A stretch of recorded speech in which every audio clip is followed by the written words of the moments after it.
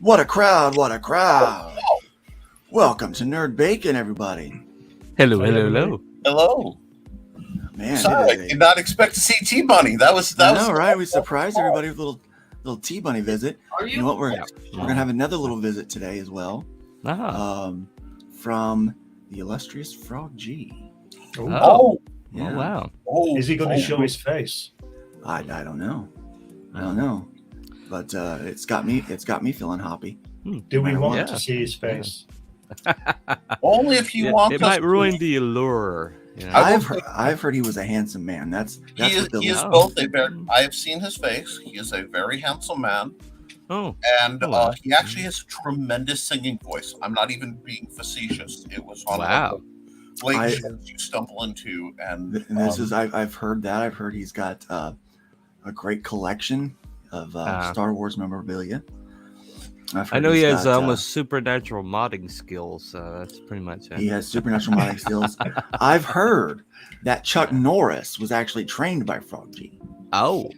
everyone knows that Yeah. Frog Mhm, G mhm. is the most interesting man in comics. No, Well, the whatever the Desekis guy, whatever he is, oh yeah, they modeled him after Frog G. totally.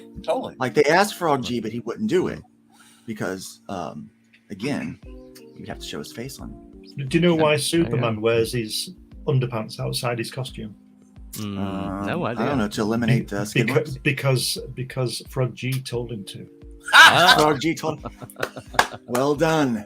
Well I done. heard it was for arm wrestling. They had an arm wrestling contest, and the loser would have to do that. But, I thought There it was you go. because There you go. he was trying to avoid skid marks. I don't know. whatever floats your boat. Whatever. Do you Anyway, mind if I good drop morning. Just a little bit of spicy bacon, real early, real quick. Sure, let's do it. I said bacon. Normally, I'm a half hour. I'm the guy who's sitting in the studio a half hour before the program, and I received some commentary, and I open up StreamYard, and I forgot to hit Enter Studio while I was in the other tab dealing with this. It may shock you that I have some friends and associates. That alone is shocking with a face like this. Clutching my Friends. pearls. Oh, okay. But I've heard of those. who are far more liberal than I, because I'm very much a centralist, and I say that Yes, unapologetically, because I believe one should go issue by issue. And they're like, "You're on these shows with people, yes. Yes. Well, you promote them, yes. They're good people, but you disagree with them, yes." Yes, on some things I disagree sometimes fundamentally with some of the people I'm on programs with, and I promote them anyway because Well, how can you be friends with them if you don't agree with them? right. And what I got was, well, I heard, and they're saying this and that, and they're very interesting definitions of the phrase wokeness, Okay. All right. and what that means, because they took being anti-wokeness to being anti gay and queer, Okay. Uh-huh. All right. Okay. anti I'll let you finish, and then I'll right. I'll go. And what I said on this was, and I like to air I'm public. That way, it's called transparent accountability. That's how I roll. If I make a mistake, I'll apologize, but you'll know I'm being sincere about it. Yeah.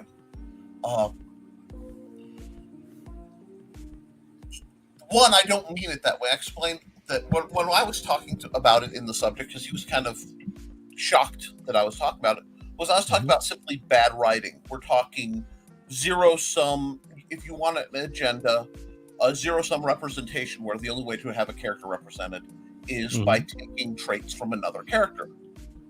And I consider that bad writing. I don't care why you do it.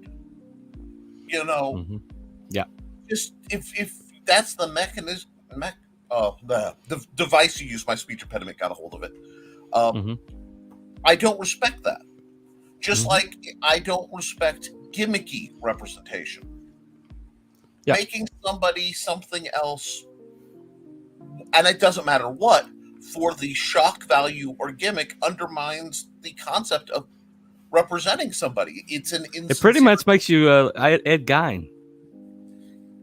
Wow. Okay. Yeah. Okay. That's a jump, but wow, that's a jump. I kind of went from bad writers to serial killers, but I mean, I do understand. I mean, that's a Wearing jump a flesh there. mask, wearing somebody else's flesh on your face. Okay, I Oh see my what you're God. saying. All right. That almost derailed me. But my point being, That's why I'm here. Quickly make your point before Yeah, I okay. have it 'cause coronary it's turning here. blue. I gotta, My I gotta point say being it. is, one, if you don't associate with people who may disagree with you, all you do is surround yourself with an echo chamber. So how can you be sure you're right? It's like the people who only train in martial arts against other people in their martial art. If you don't spar against people, and I know that that's very adversarial, and I'm not adversarial. Who who Just say it. have- Just say Just yeah. This is a safe space.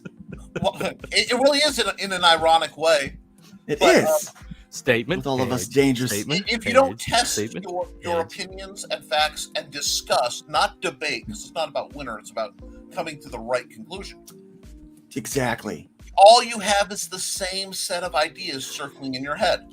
And the irony is the same people, because I had 3 or 4 of them coming, so I don't want anybody thinking I'm singling anybody out. I had a whole list. Who will, well, you have to be careful about associating with them for this trait, have traits that I've had other people come to me about and say, are you sure you want to associate with them because of that trait, And yeah, evil gets thrown around by both sides polarically. So I just want to point out, I'm going to associate with people who are intelligent, because I can't stand dumb people, civil, and have something to say.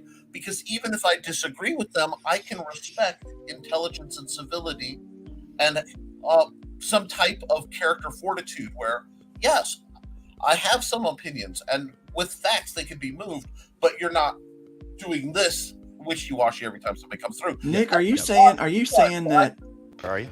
Not to worry. I have a permit. This just says I can do what I want. Yeah. all right. Now I've got to say something, okay? So the term stay woke, okay, actually emerged in the 1930s. Mhm. And it was to promote social awareness of the issues plagued by the African American community, okay? That phrase was adopted by entitled white people, okay? And here, I'm going to upset your friends. And No. rule I number one, encourage it. Hojo, rule number one, what is it? I don't care. I don't care. And rule number two, why not? Okay. Why not? It was adopted by people that wanted to take on the offense for other demographics that weren't their own, right? And here's the problem with wokeness, okay? It's It might inherently white surprise you. supremacist. It is. It's inherently white supremacist. And it might surprise you to know that I have a strong relationship with African Americans in my community, especially the spiritual community, okay? Well, I'm just going to do it. I have a new hat. Today will not be the pork pie. It will be my preacher hat that I got from a dear preacher friend of mine my last Sunday in the pulpit. That is a sexy. go. approach. He came in, and I said, "Man, that's a beautiful hat."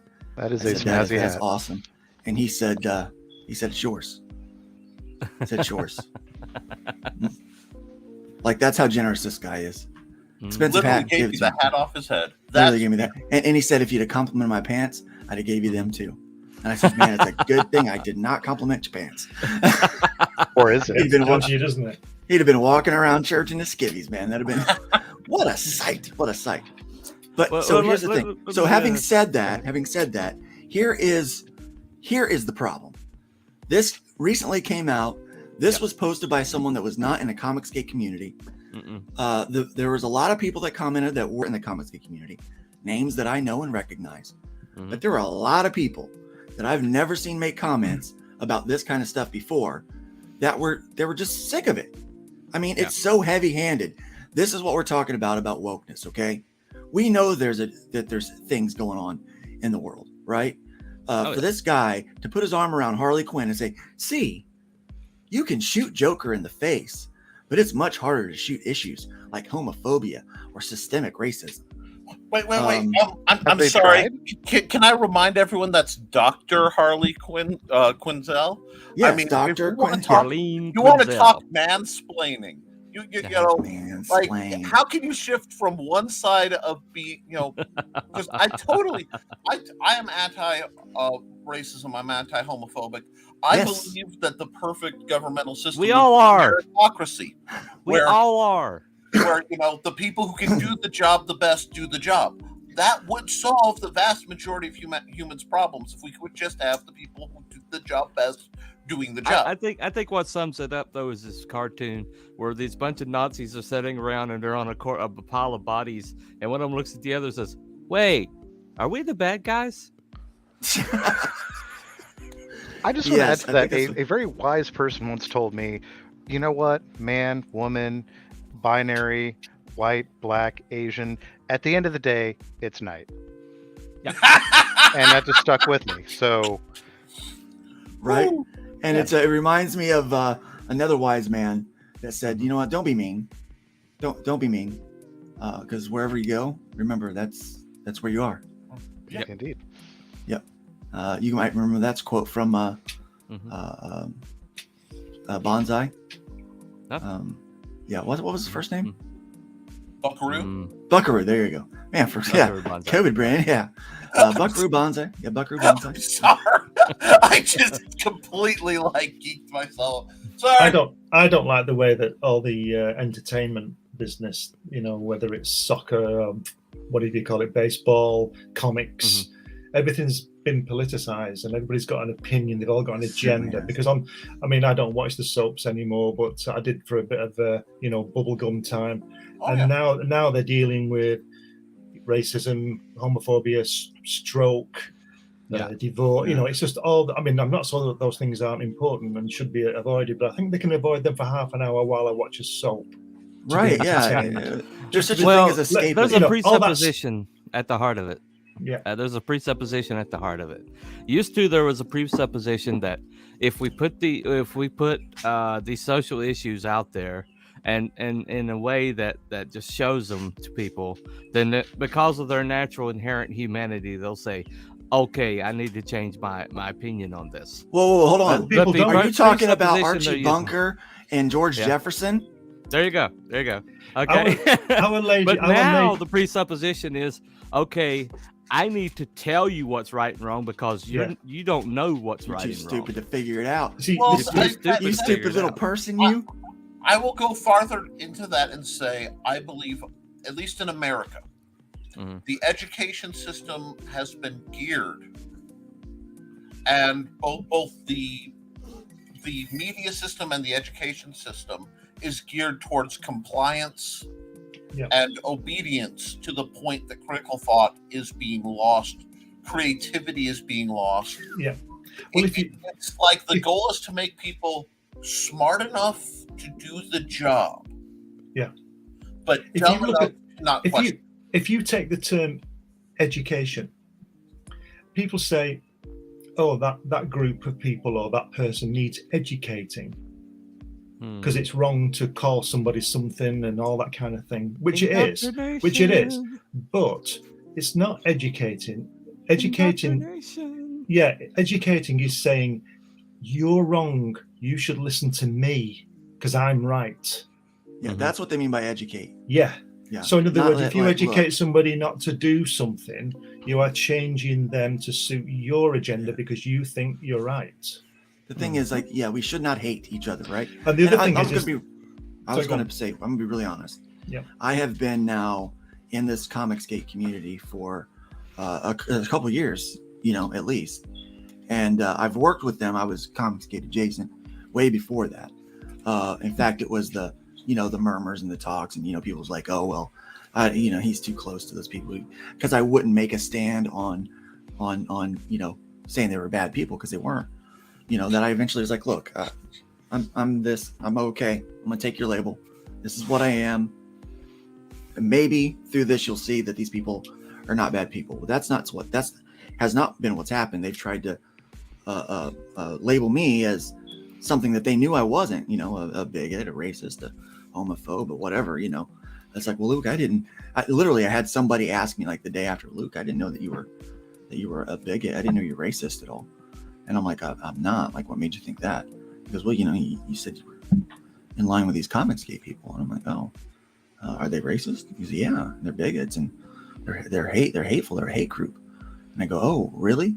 Well, now I can tell you after 2 years of being around them, I've not met one person that has hated anyone for the color of their skin, that has hated them for their sexual orientation.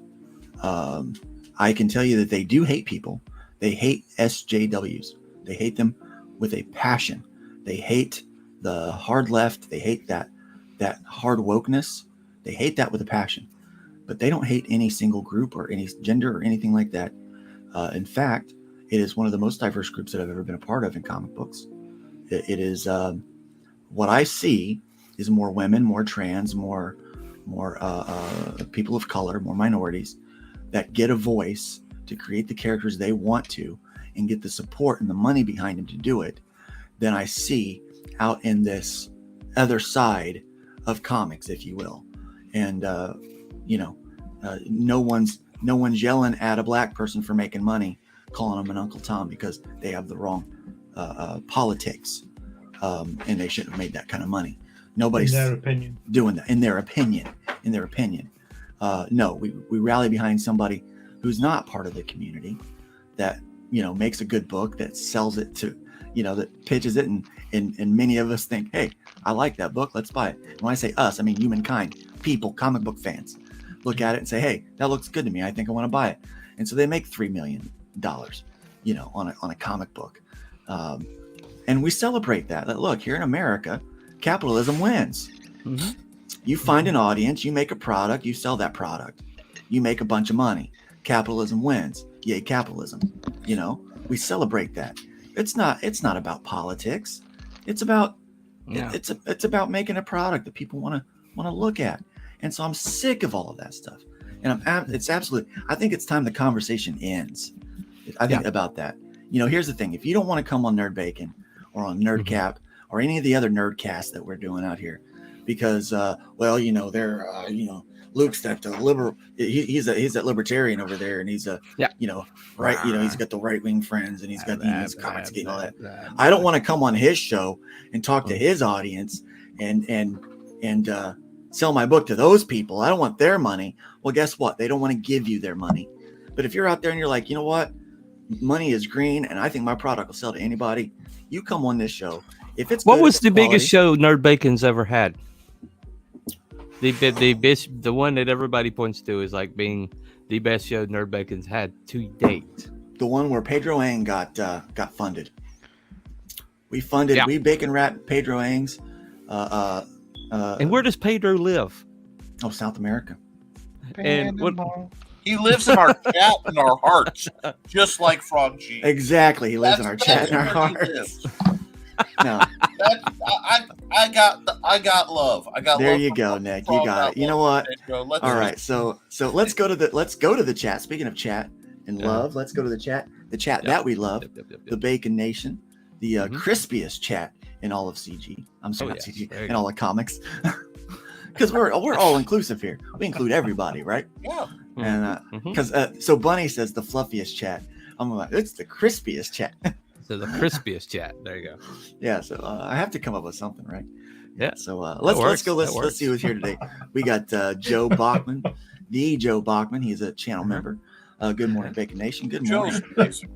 Joe is awesome, and he is a channel member, and you can be too. And I'll be seeing him this Sunday at the park in Hobart, where Preventing Rain will be doing a short fight show to open up for the Gary Shakespeare Company. Can I just say that you just wait till you get to Pedro's comment further down? Oh well, I'm looking forward to it. I'm looking forward to it. It's gonna get spicy. Okay, so let's move quickly. Let's just introduce people here. We got Salazar Art Nation. Says Salazar Art Nation ready for Bacon Nation. Yes, we got Rich Asplin Jr. here. Morning to my Sizzlian siblings. I had a little trouble with that word. Here's to an awesome show. Yes, we're having an awesome show. Agent Zero's here. Hail, Agent Zero. By the way, Good to have you. sizzling is turkey bacon. Sizzling. Ooh, turkey bacon. Yeah. Turkey bacon's good. It's pretty good. Nick, Pretty good. I don't make me boot you. Bacon. I like all bacon. I like turkey bacon. I like bacon. Because look, I do when not the like vegan doctors- bacon. Yeah, I can't tell the difference because when the doctors start taking the good stuff away, the fake stuff starts tasting a lot better. I'm not kidding with Right, I bet. I won't lie about that. Pedro's here. Good morning, Pedro. We've Hey, got Pedro. Johnny freaking Cage in the house. Well done, man. Mhm, Yeah. mhm. And Pedro said, I am all about winning. Yes, you are. We've got Hojo here. Welcome, Hojo. Good morning. Bacon ears. Yeah, Hojo is the one that wrote the 3 rules. Yep. I don't care. Why not? And uncancelable. Uncancelable. Yep. Pedro Anning says, Luke, put on the pen. Which I'm not sure is a word, but See, it's got a. It got needs to feather be. in it. Here, The hold on. the English language is a shape-shifting thing. This hat is nice. I think that hat might be a little dangerous though, because Mm. I can feel that brother love energy start to rise up. You know It's that's happening. It happens. that pimp hand, Look, he's his going eye. to start using that pimp hand, man. I'm telling you. Pedro wants to know who is pro homophobia. There should be somebody out there like a Pokemon. I have I actually don't know. met people who are of that, like they actively preach in that case actually literally, but being like, yes, you should be afraid of them because they're coming for you and they'll turn you gay. And I'd be like, They turn the freaking frogs gay. Mm. Look, can we leave Yeah, my yeah. orientation out of this, please? It's always about what I'm drinking and what it's doing to me. I thought you were frogosexual. To be fair, yes. Okay. and see, that's fine by me. Because you're dead sexy frog. You're awesome. I'm comfortable saying that. He says, if you want to hop, you can join me on my lily pad. Mhm. I'm sorry, that was really bad. That was It's really okay. That It's was okay. really I just bad. lost subs from that one. Oh my gosh. Wah, Look at me. wah. Wah, wah, wah. All right, here we go. It's the lad with the If you're lily black and your name is Tom and you are someone's uncle, that sounds like a hard life.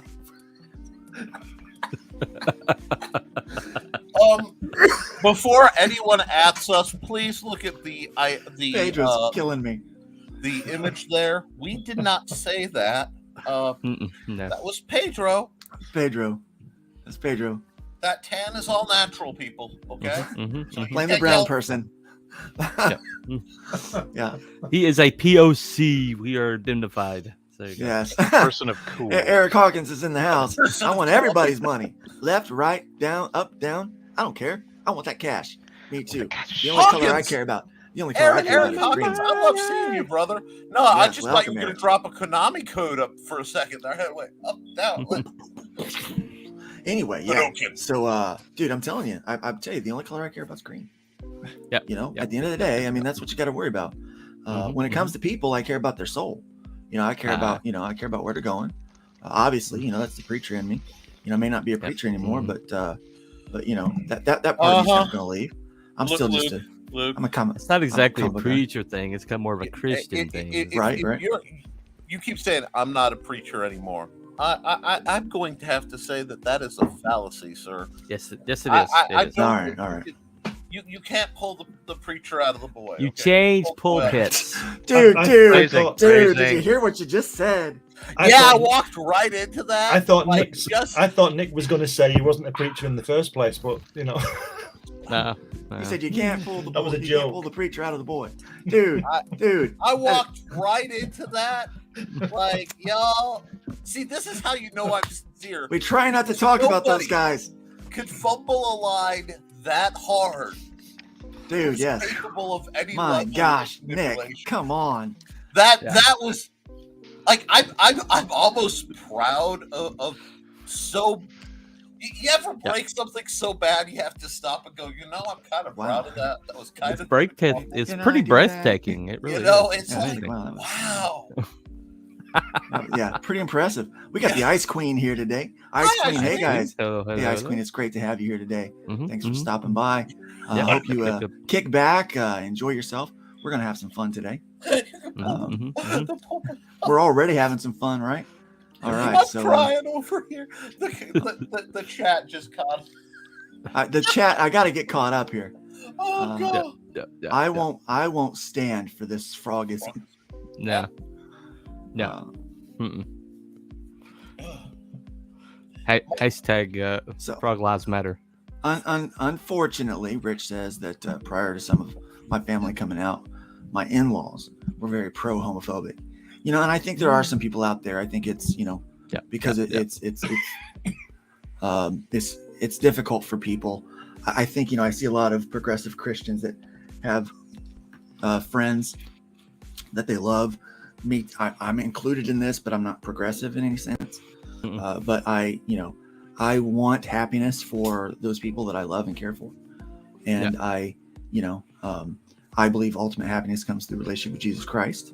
So I want them to have that, But I think that it's especially if you have strong religious background, like you understand what sins are, and you understand that even the people that are heterosexual, that a lot of them are living in sinful lifestyles that lead to the exact same end. The result is always the same for sin. It doesn't matter what it is, how big, how little, or what kind, or what matters. It all leads away from the target. And I think that is what causes a lot of the homophobia, if you will. I'm not sure that it's a phobia, a fear of. I think it's a concern for in some of those people, and they just don't know how to show love and concern at the same time. It's a lot for them to take and to handle. But if they've grown past that, then kudos to them. If they've learned to love, even in the midst of their if they've learned how to take their love and channel it in a better way. I think that the human race will get along just fine when we all realize that we're different and just jog on. What? We're different? Yeah. Because people are always trying to change people into, like I said before, into their way of life or their belief. If we just ignored people, or just Nick, this is what you should have said. Just go. That's on what with I it, was trying to say.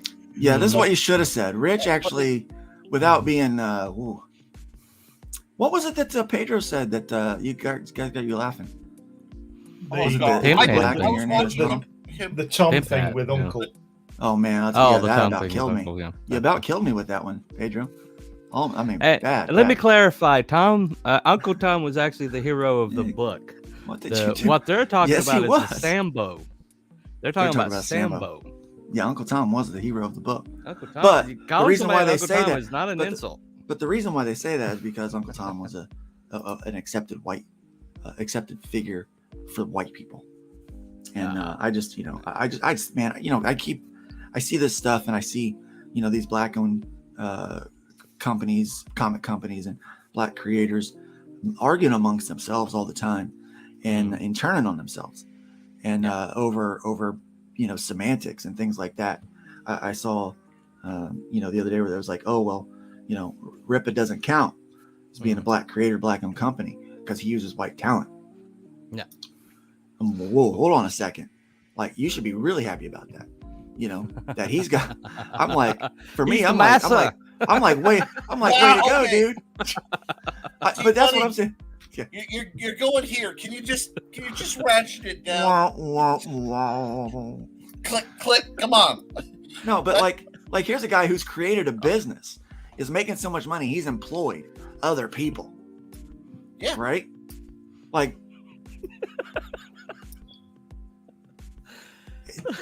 he's the one hooking people up. Yep. Not the other way around. No one's hooking up Ripa. He's hooking people up, man. I'm telling you. You can't be proud of I've that. already got a vein popping out on Nick this morning. That's why he's got the bandana on to hold those veins in. Oh no. You guys don't understand. You ever watch Firefly? Possibly the greatest sci-fi ever made outside of Babylon 5. Yes. Uh-huh. Welcome 24 Eyes. And up there with the Adventures of Bisco County Jr. Gotcha. Yes. Reach. That just transcends, though. Call you a man of quality, Frog. But in the morning, my hair, I have a shepherd book hair. In that, there's a lot of it, and there's no combing it till it calms down. There's literally nothing that can be done with it. So I just sort of choke it to death with this thing. That's what she said. It's the only way to like mold it into something that will fit in the frame and not make people want to go run and hide in the closet. It's just, This show lets my immaturity show. I got to be honest with you guys. Yeah, this show. Now, I believe it or not, I'm more mature at 10 p.m. on a Tuesday night. I am childlike at 9 a.m. on a Thursday morning. Yeah. This is what makes this show special. Yeah, I'm more grown up at night. I'm like, let's have a serious discussion. Grown-ups is so boring. Let's talk and discuss like adults. This is my adult hands. This is what I do. There you go. Wait. We regularly discuss people who turn green when angry, double in size, and throw cars around. I mean, while we use. Why did you bring my mother into this? So appalling. I don't know if I can't help it. Luke Stone. Welcome, 24 Eyes. It's great to have you here today. Going on? No, What the heck did I walk into? I'm fixing a hanging door. My child tore off the track. Okay, that's great. That's what we need in the morning. William A little Pace is bit here. madcap. William Pace is here. I was just reading Frog G. Frog G is also a channel member. Thank you, Frog G, for that. I appreciate it. And you too can become a channel member. What that does, it helps pay for the StreamYard that now a few people are using, and it helps us add fun stuff into the show and to keep doing this and to have time to be able to do it. So the more you give those super chats, those super thanks, those stickers, and those channel memberships, it really helps us out to be able to keep making quality programming for quality people. And please share that around. And Hojo. Right now. And Hojo. And Hojo, yes. Our friend Mr. Zuckerberg is preventing Facebook from mentioning Patreon. I've been watching some of the numbers and things because apparently, just like they don't like sharing to YouTube because they want you to use Facebook Watch, they're starting to prevent that. So you have to share it around a lot because it's being repressed because We need Facebook your help. is trying to come up with their term now, and it'll be like everything they do. It's just all right. We are caught up with the chat. You guys, you guys are cracking me up today. And so, speaking of mental illness, hi, how you doing? Speaking, That's the best segue I've heard in a while. Thank you. We gotta hold on, real quick. Let's Yep. welcome Muttman. Okay. Muttman is in the house. What up, Yo, nerds? what up, nerds? What up, Muttman? I don't know. yeah, we're you just calling we're us just nerds, but that's a little. we're rude, just man. griping a little saying. bit. We're griping a little Just bit a little about bit, just a little about bit. the haters, because the haters gonna hate. Well, see that I believe, They hate us because we're winning, they hate us because they ain't us. But right? if you don't have somebody opposing you, you're not meaning anything in life. That's right. I really do believe that because, like, if there's somebody going, there's something wrong with this If guy. everybody likes you, you're Ted Bundy. Oh, hey yo. That's T-Bun. am the one who knocks. You're fun, buddy. T-Bunny, that's two severe serial killer references in less than a half hour. Are you Who doing are okay? mentally ill? Who are mentally ill? So here's the thing. Before we move on to that, I do want to show everybody. Whenever we get a new channel member or we get a super chat, I've got a thing that we play. So we all celebrate whenever that happens. Let me show you what it is.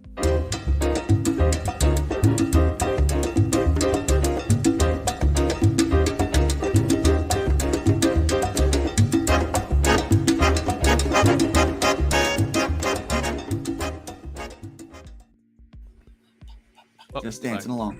So if you like the bird and you want to see more of the bird, you gotta give us those supers. More of the I'm bird. not- We need I- more of the bird. If you want me to flip the bird, Okay, no. Can you get a version of that where it Have turns you the image heard upside about down? the bird? The bird, bird. I'm the sorry, bird what's is the that, word. Nick?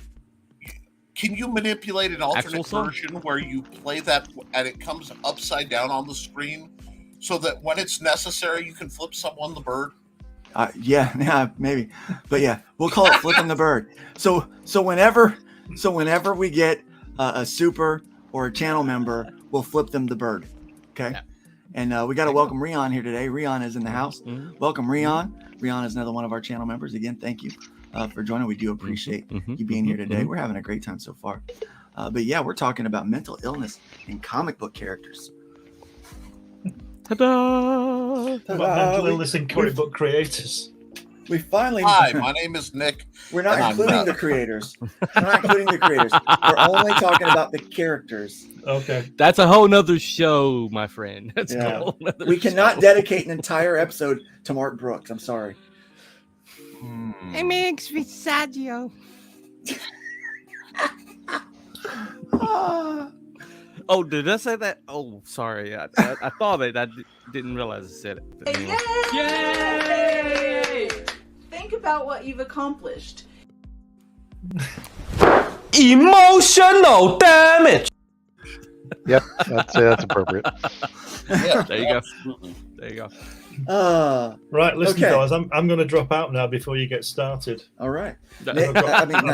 I've got my Glenn, own you have a podcast great day. to do. right. You have a all great right. day. You have All fun right. out there. Thanks Right a lot. before we talk mental Be illness. careful all right. out there, Glenn. Be careful out there. Everyone go check out Jack Kirby Personal Journey. Still Yeah. on Indiegogo. Link is in the chat. Thank you, Frogs. Uh-huh. Oh There you God, go. so One smooth. of those. You really are the master, Frog. That's a mod right there. That's a mod right Once a there. mod. Oh, wow. You can take the Yeah. mod out of the chat. Yeah. You can't take the chat out of the out mod. of the mod. No, And can you I just cannot. say that Comics Unlimited number 10 is now on Amazon right now. Let me get a little milk brew there. How far out are we for Hatch? I'm just putting together a campaign for that one. So I don't know, few weeks maybe. I'm Right. excited Alright. for that. 'Cause you All sent right. some previews to talk. Later, Glenn B. Yeah, I'll See you, see you Glenn. later. Thanks a lot. Have a good one. See ya. Hey, dude. Glenn is always a great friend of the show. Happy to have him on. Now let's No. dish about Glenn. Anyway. Now that he's out of the room, we can talk about it. Now, last week we talked about our favorite female superheroes, and kind of like this top 10 list. So this top The boobies. 100-ish list is pretty high. We talked about it. Yeah, we talked about the ladies, and It's somehow that segued into Cray Cray. well, because I started realizing there was a trope. Curious. Yeah. There was a trope. There were a lot of Yeah. a lot of the female What is characters. being said about the Or- females that he immediately thought Cray Cray? Well, no. So Good, honestly, yeah. here's the deal. Like, it was. I was like, wait a second. There's a problem here. Hmm. Because especially with Marvel, all of the massively overpowered women all had mental illness. I was like, what? What are they doing? What's going on in Marvel? You're saying, but then I started realizing that there's a lot of mental illness. She can with warp comic reality. I know. Let's give her a personality disorder. Woohoo! Yeah. Well, So well, that she well, warps everyone's reality. but it really becomes a trope, and I mean, and a negative trope at that, to the point of cliche. If a woman is powerful in modern comics, two things have to happen, and in modern media. One, there has to be a sexual assault in her background. I mean, you'll see that every time, and there's almost every time, and if not, I hate to say it, it's It's a thing. and she has to be crazy. She is, and like we're using crazy flippantly. She has to have a severe, debilitating mental illness that disassociates her from being able to understand reality as it is. Uh-huh. And maybe this is true, Ice Queen. She says you need a mental illness to survive this world. And maybe that's maybe there's some truth to that. We are But inadvertently, I'm afraid of what it does when you see a strong, powerful woman. You think, oh well, she must be nuts. Yeah. I mean, it could do that. Maybe it does. Maybe it doesn't. I don't know. But it got us thinking about how many superheroes have some kind of mental or emotional disorder. And so I have a top 10 list if you want me to. well, you we want can to go over a top 10 list. Okay. I was just gonna talk about a few.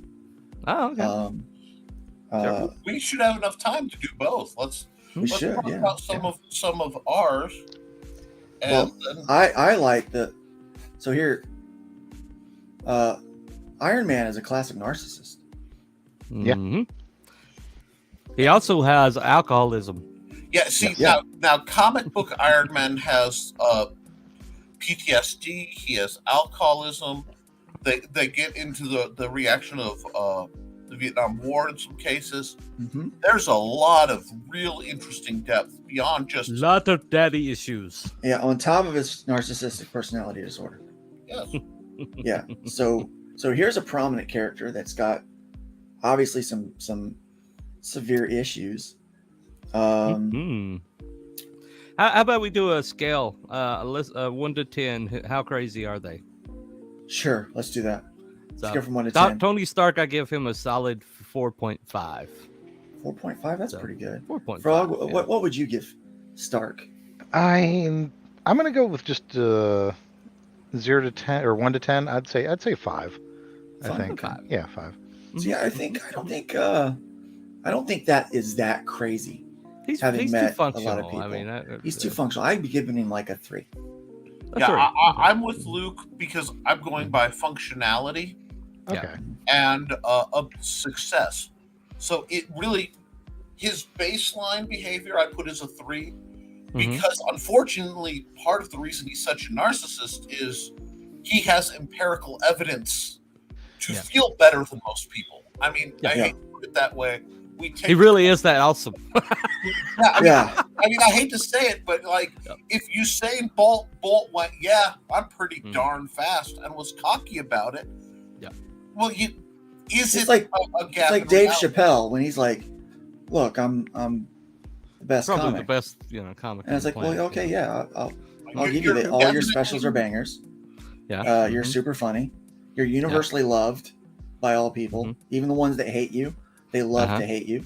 I mean, I mean, you're the goat of comedy. Now that Robin Williams has passed away, go ahead. That's man. that's kind of where That's what we're going to talk about. Exactly. But, but yeah, the thing with Tony Stark is I think I'd bump him up to 4 because it's a fragile thing. His normal standing is a 3, but he can actually work really 80s. Yeah, if he drops A Stark would definitely be a 7. Yeah. You're looking between 7 and 10 because of suicidal tendency. Let's welcome T3 Comics. Hi, T3 Comics. Yeah, we got we're Tom keeping Rapp in it the chipper chat. here. Keeping it chipper. I don't know why I sang it. Because Keeping it chipper. Yeah, I'm just making. Everything's a song now. I got a song in my heart. So who's the next one in the pot? Here? Okay, here's the next one that I want to bring up. I'm going to stay with Marvel in this one. Yeah, Legion. David Oh Haller. yeah. This is a powerful psychic. Oh, He yes. is the son of Professor X, the illegitimate son of Professor X, and he is he's got DID. So just to show you, so basically he can just create new mutant powers at will with these different personalities that start to section off in his head, and he's full of personalities, and he can pull up. You really never know what you're going to get. Some of them are evil too. So Legion. How familiar are you guys with Legion? Legion, I would say he is probably pegging the 10. So he's definitely out there. Frog, where are you at on that one? He's definitely way high up there, but it kind of depends on which personality is at the forefront at the time. So his is a sliding scale, 7 to 10. Okay, 7 to 10. All right. For me, the scale slides from 8 to 20. Fair. Yeah, because like when he just starts, melting people into the concrete. Yeah. I got a problem, Yeah, but dude. some of them might have deserved it. I Right, wasn't there. I'm not. Some here to guys judge. just showed up to work that day. Some people deserve to be melted, and then some days you just have a falling down day. Some days you feel like Haven't melting. we all? People into the concrete. There we go. Oh, Right. I haven't watched that movie in a long time. Now I need to. Yeah. Yeah. But but I think that's it's like him or Scarlet Witch are very easy to go. Mhm. How insane are they? Yeah, that's true. I think that they skew it so that we lose track of just how crazy it takes to be any of the main characters. I mean, Yep. seriously, any of the superheroes who don a false identity have to be a level of nuts. I mean, take Peter Parker. There is a crazy dude. I mean, you want to talk depression, anxiety, and just carrying guilt that he has no business carrying for. Like, anything goes wrong in the Marvel universe, Peter Parker thinks it's his fault. Yeah. I mean, fundamentally, he can barely keep a job going because he has to dress up in pajamas and go around swinging on. Well, back when he was just a nerd, he had this thing laid on him. With great power comes great responsibility, and that was like drummed into his little brain. And then suddenly he becomes super powered, and so it's like that thing was just like, okay, you need to use your brains for the good of mankind. Has now become, holy shit, I have to protect mankind, and save mankind. He's much like Bruce Wayne. He's one of those characters who's another super genius. Right. And right. I think he could have done so much more good for the world if he were sane and simply went, wow, I can make this web shooter. Yes, I'm going web shooter, just deal with it. Yeah. That immobilizes people and provides temporary structures. How about we help out the police force? Yeah, like how many of Batman's toys would have prevented issues in Gotham if he just started R&Ding out for the Gotham PD? Could you imagine if Bruce Wayne would have done like a Ra's al Ghul style training for the Gotham Police Department? Yeah. Like, okay, crime done. No, seriously, why not? And my man Iron Man, we were just talking about him. His narcissism is best exemplified in his possessiveness of his technology, because he has the money and the tech. Why is anyone in a wheelchair in the Marvel universe when he has thought-powered suits? Right. It's like it's obviously it's like stop being a jerk and share this stuff. So Jeremiah Anura is in the chat today. Welcome, Jeremiah. Thanks for joining us today. Yeah, no problem. Love to. Cool. Well, okay, here's another one. I got one. Okay, go ahead. Stay in the Marvel universe for this one. How about Polaris, the daughter of Magneto from one of the other Earths? Yeah. She has depression and mania. So, but to be fair, she's got a lot of trauma. Like she's responsible for killing her mom and stepdad. So I think it all stems from there. But so she's pretty messed up. I'd put her currently at between 4 and 6. Okay. She's messed up. That would be a 5. But no, I want the wiggle range. Okay. But there are a couple alternate universes, the distant future, that Charles Xavier tries to prevent, where she ends up in the desert, basically having gone kind of extra wacko by herself. And the Sentinels won't go anywhere near her because she just disassembles them once they get within about a county. That's a much crazier, much more symptomatic person. Yeah. But I don't really think she's that crazy, to be honest. I think she deals with her. If you look at the X-Force run, I think she dealt. She's neurotic, no doubt, but she seems to function very well in the team environment, at least. And so I would give her. I'd say she's still a solid 8 to me. No, see, You mean how she looks, or her crazy? What's that? Luke said Crazy scale or the hot scale? Yeah. Which So, is solid 8? I would give her an 8 on the hot scale and a There you 3 on the crazy scale. Oh, you Yeah. kidding me? With her green hair, she's a solid 9.5 on hot scale. But you know. Oh, but yeah, you got to think. Wait, green hair. Luke. I know somebody else has a thing. For Are people you with green hair. saying that she is a unicorn and then must be pulled off and kept separate for study because she's a 8 to 10 on the hotness and 3 on the crazy?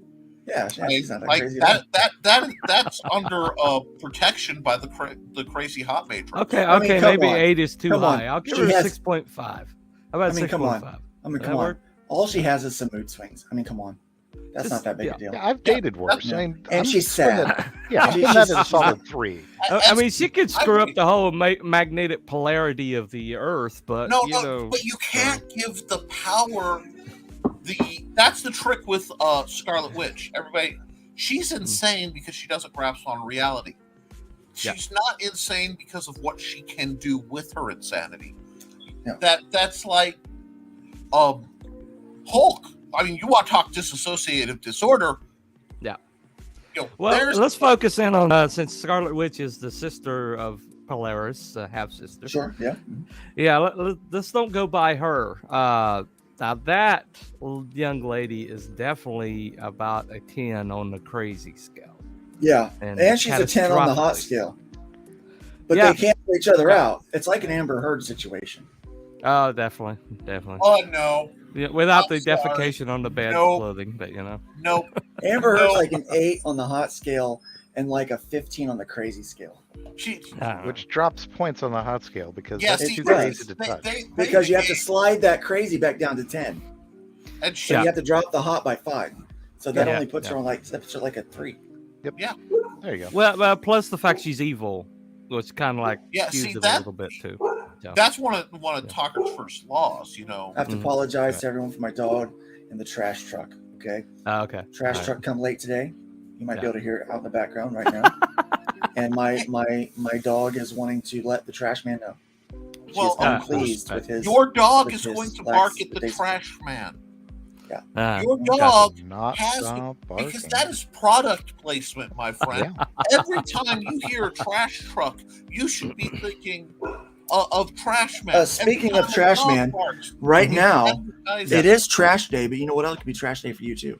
Right now on my website, I've got a crowdfunding. It's a group buy for the Trash Day trade paperback remastered with Arrow Comics. So we've Yeah. gone in and remastered all of the art, not all, but a Mhm. lot of the art, and we've added pages and expanded things. And in the trade paperback form, I've gone in and added more I knew the link was going to show up. information. I knew Yeah. it was going to show up. It's almost absolutely. like we've got mod of all mods here. And so yeah, the link is in the chat. Be sure to check that out. It's $25 plus shipping. Anybody that gets me up to the $500 that jumps in to get me to that point, you're going to get some extra sketch cards Mhm. and some cool bonus items that I have here that nobody else has. So yeah, definitely jump on that. $25, get me up to the $500. I'm running the campaign myself on my own website. The money, as soon as you do the thing, it goes right into my business account to hold for when we hit the $500 mark. And at that point, I'm sending the files to the printer and we are getting things printed. So you do not have to wait the entirety of the campaign to get your books. We will be printing and shipping as soon as we hit the amount, but we'll be running the campaign longer so people can get involved in that beginning bit. So Yeah. definitely check that out. So thank you, Trash Truck. Yeah. Thank you, dog. And on to the crazy. All right, DC. Let's go a little one with DC. Ryan over there's got a good one. Creeper. Creeper. Yeah. That's Tell us a little bit about Creeper. nutty guy. For those of us that don't collect DC. Okay, Creeper. To tell you the truth, I don't know much about him. I know he's an outsider.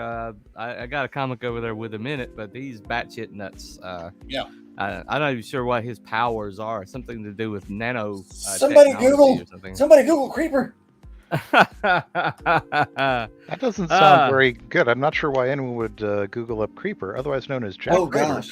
a superhero created by Steve Ditko and Don Siegel for DC Ditko. Comics. Yeah. Ditko. Portrayed as a journalist and talk show host, usually living in Gotham City, gains the ability to transform into the superhero human, the Creeper, and vice versa, thanks to an experimental science developed by Dr. Yatz. First appearing in Showcase number 73 from March 1968, his origin was revised in Secret Origins Volume 2, number 18 in 1987, then partially revised again. Okay, so originally transformed into the Creeper involved activating a device that granted superhuman abilities. It also caused his face to be covered in yellow makeup, hair to be concealed by a green wig, and his clothing to be instantly replaced by yellow and red costume with green trunks and sheepskin cape. As the Creeper, he then shifted his voice tone and acted chaotically in order to intimidate foes and protect his identity. Okay, so That sounds really Later, that stupid. was retconned to more of a Hulk transformation. yeah. Well, Yeah, if that's the case, he's not crazy. He's just playing at it as a diversionary. Well, the second version of Creeper is crazy. That version of Creeper is actually, he got maintain his intelligence, but the second version of Creeper, where it becomes like a permanent transformation and it happens like against his will, that guy is more chaotic. He's more like a force, like a of Jekyll and nature. Hyde situation. Yeah. So So- let's stay in Gotham, Okay. and let's go to my favorite crazy, the Joker. Yeah, Joker. Borderline Wow. personality disorder. Yeah. He is psychotic. Mm-hmm. He is narcissistic, maybe a bit. Oh yeah. More than a bit. I mean, he's. If there's I a mean- delusion, he has it. I mean, he's not a sociopath. He's a psychopath. Total Yeah. psychopath. Yeah. Yeah. And he's. I mean, some other stuff. With the whole jokes and. Mm-hmm. Yeah. I mean, this guy is. Well, this he guy's got finds the whole issues. entire world funny, and basically he turns the whole world into his comedy act. Uh-huh. But he has a very dark sense of humor. So, Death is funny to him. Chaos is funny to him, Mhm. which I can get. To a sense. I really like. Okay, so I know a lot of people don't like Joker, the movie with Joaquin Phoenix. I loved it. I thought it was great. Nice commentary on mental illness and the state of. See, everyone's like talking about guns and things like that in the world. I say we need to worry about mental illness. We start working on that. We'll have a lot less violence, a lot less hate. A lot. Yeah. This comes down to mental illness, and So I look at that movie, and especially the end when he's kind of laughing, and she goes, "What's funny?" It's like, "I just thought of a joke." Yeah, you want to tell it to me? He goes, "You wouldn't get it." And when he tells her the joke, he walks out with bloody shoes, right? So obviously the joke was, I'm going to kill you. I'm gonna And kill you. he's laughing about it. It's funny. It's funny to him, And I think Joaquin Phoenix did a great job kind of playing that fractured character, because I think he himself lived a kind of fractured life like that. So, I mean, it really, but for me, the Joker, especially in so many different iterations of that character, is probably my favorite my favorite character with mental illness. Yeah. But I rank him at a 10. He is Okay. solid 10 on the crazy scale. Oh, solid 10. Yeah. I I don't think I'm going to give him a solid 10 because he's crazy and he knows it. yeah. Oh, okay. He's Well, that's true. almost He's way up there, though. yeah. Oh, yeah. I love the theory that he's super sane, and that he understands that the universe he's in. It's like not being able to cross the Deadpool line of fully grasping that you're in a comic, but running right up to it, where he realizes just how absurd everything is in this universe. Like, imagine if you really got pulled into a comic book universe. Kind of like what we are in right now. I'm working on it. September 17th. There you go. Yes. There you go. But Which we'll talk about that project here in just a few minutes. oh yeah, but I'm excited about it. you get you don't know why, but everything's just so messed up. And you realize how absurd it is, because everyone in like the comic book universe, the vast majority of people take it seriously because it's their universe. You very rarely have a character who goes, "You're running around in spandex. Yeah. Why don't you have freaking pockets?" You know what I mean? Yeah. Right. Like, who wears a mask to Uh-huh. fight crime? Seriously. Like, Yeah. really, you're a Well, I mean, billionaire. the absurdity of it all, right? Yeah. Right. And I really think that if you took somebody from our reality and dropped them with the kind of mental conditioning, after a while it'd be almost impossible to not break somehow at the absolute absurdity of the way the world works there. Yeah, you're like, I'll never die. I can do Yeah. whatever I want, and I'm gonna get out of this jail easy. Yeah. Like, this is nothing. There's Like, no because in your head it's made of paper. This is Well, just paper ink. I think that Gotham City is a good example of bail reform wow. because they Wow. stick them in Arkham Asylum. There's really no the punishment for their deeds, and they get right back out on the street. Wait, you They know what? just Wait a second. Go 'cause right back to it. I So, want to reference something that hints that Joker is far more sane than he lets on. okay, all right. The bit with him and the IRS Ah, when he abducts the accountant uh-huh. to do his taxes, Ah, because he's like, Batman or the IRS. I mean, I'll deal with Batman all day. I'll go to Arkham all day, but this is the IRS. That's real trouble. And and we all laugh at that, but the moment he says that, what you realize is he's gaming. yeah. He has a good point. How do you fight bureaucracy? Gosh, you can't. Yeah, No, I mean, he realizes that, which makes me wonder how many of the actual costume criminals Ah, have just figured out that Arkham is a much better place than standard 20 to 40 years in, right. a real prison. So Yeah. if you're going to rob and there's a chance of you getting caught, because eventually you probably will, Act crazy, get stuck in Arkham, and where it's a Yeah, revolving door. wear a Yeah. costume, have a shtick. Yeah, there you go. Johnny freaking Cage has a decent one. Jessica Cruz from the Green Lantern Corps. Yeah. Oh, yeah. She's like she has like anxiety or whatever. She has a hard time like getting out in society. There's like a movie that came out that she was like the primary character in it that kind of covered that. But I've never really found her all that compelling. But she's definitely a good example of it.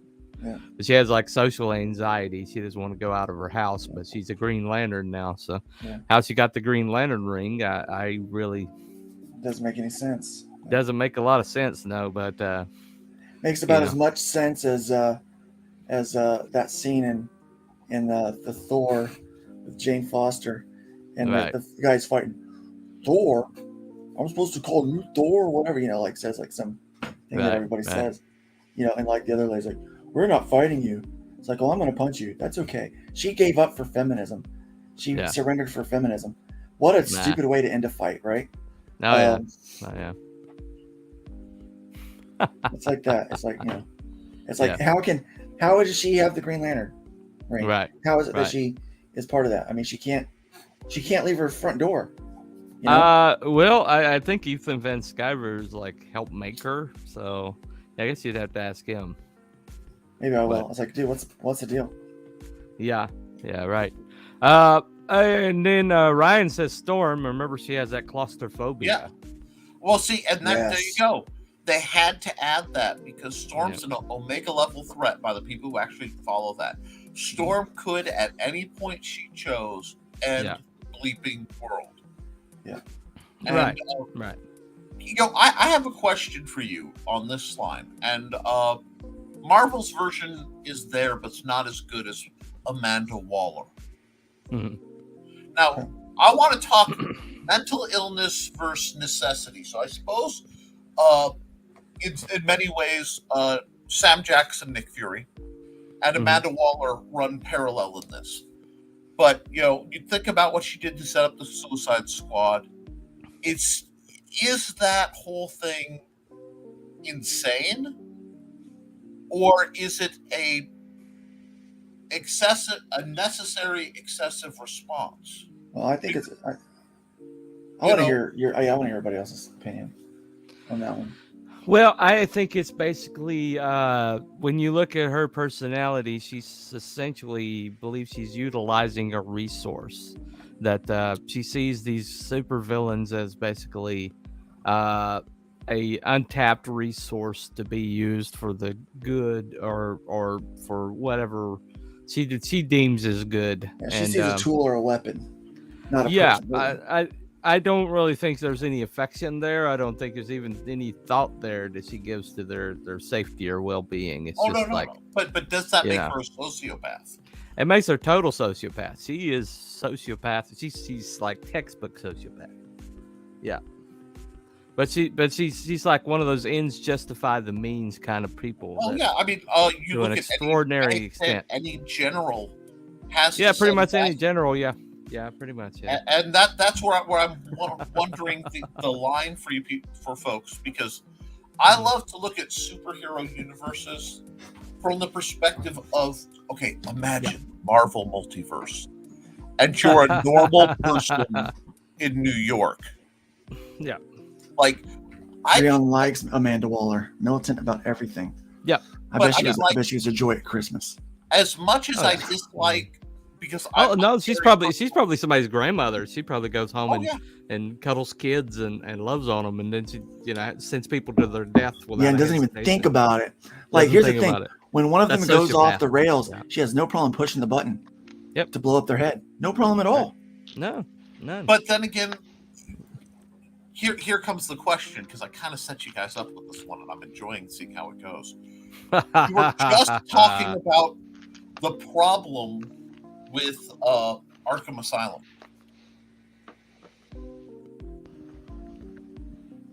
Cooper, okay. You know what? No, you know what? So T-Bunny's pulled the Nick today. Yeah, Cooper pulled the Nick. Yeah. And Drew Nick. Really? Because Nick wasn't pulling a Nick. There you go. There you go. looks familiar. Yeah, it's on. Frog G with the wrench. There you it's go. Almost like, not bad for me. Not bad.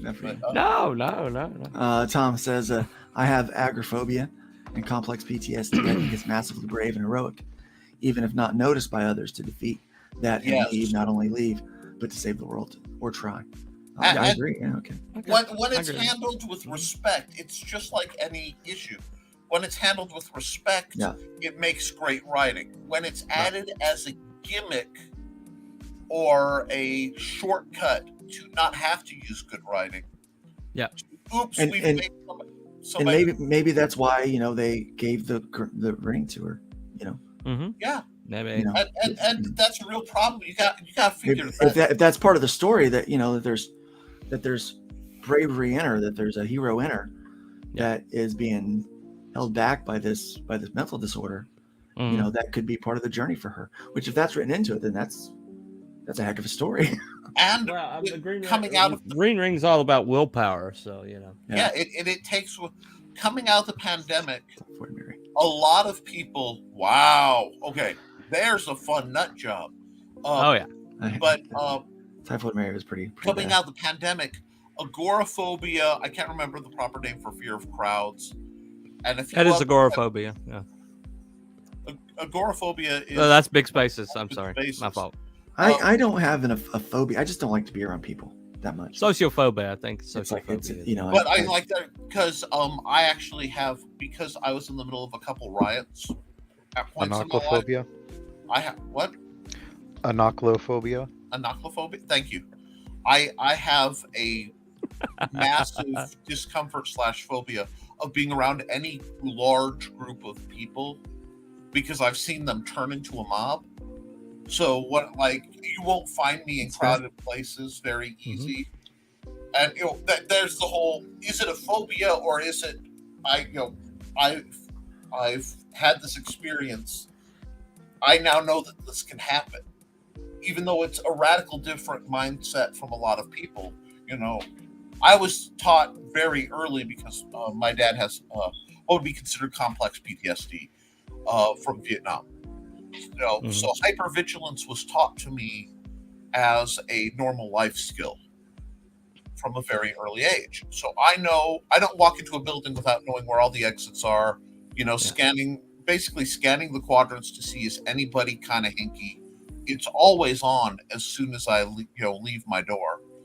And I can speak to PTSD. PTSD is a definitely different animal. It's because it's a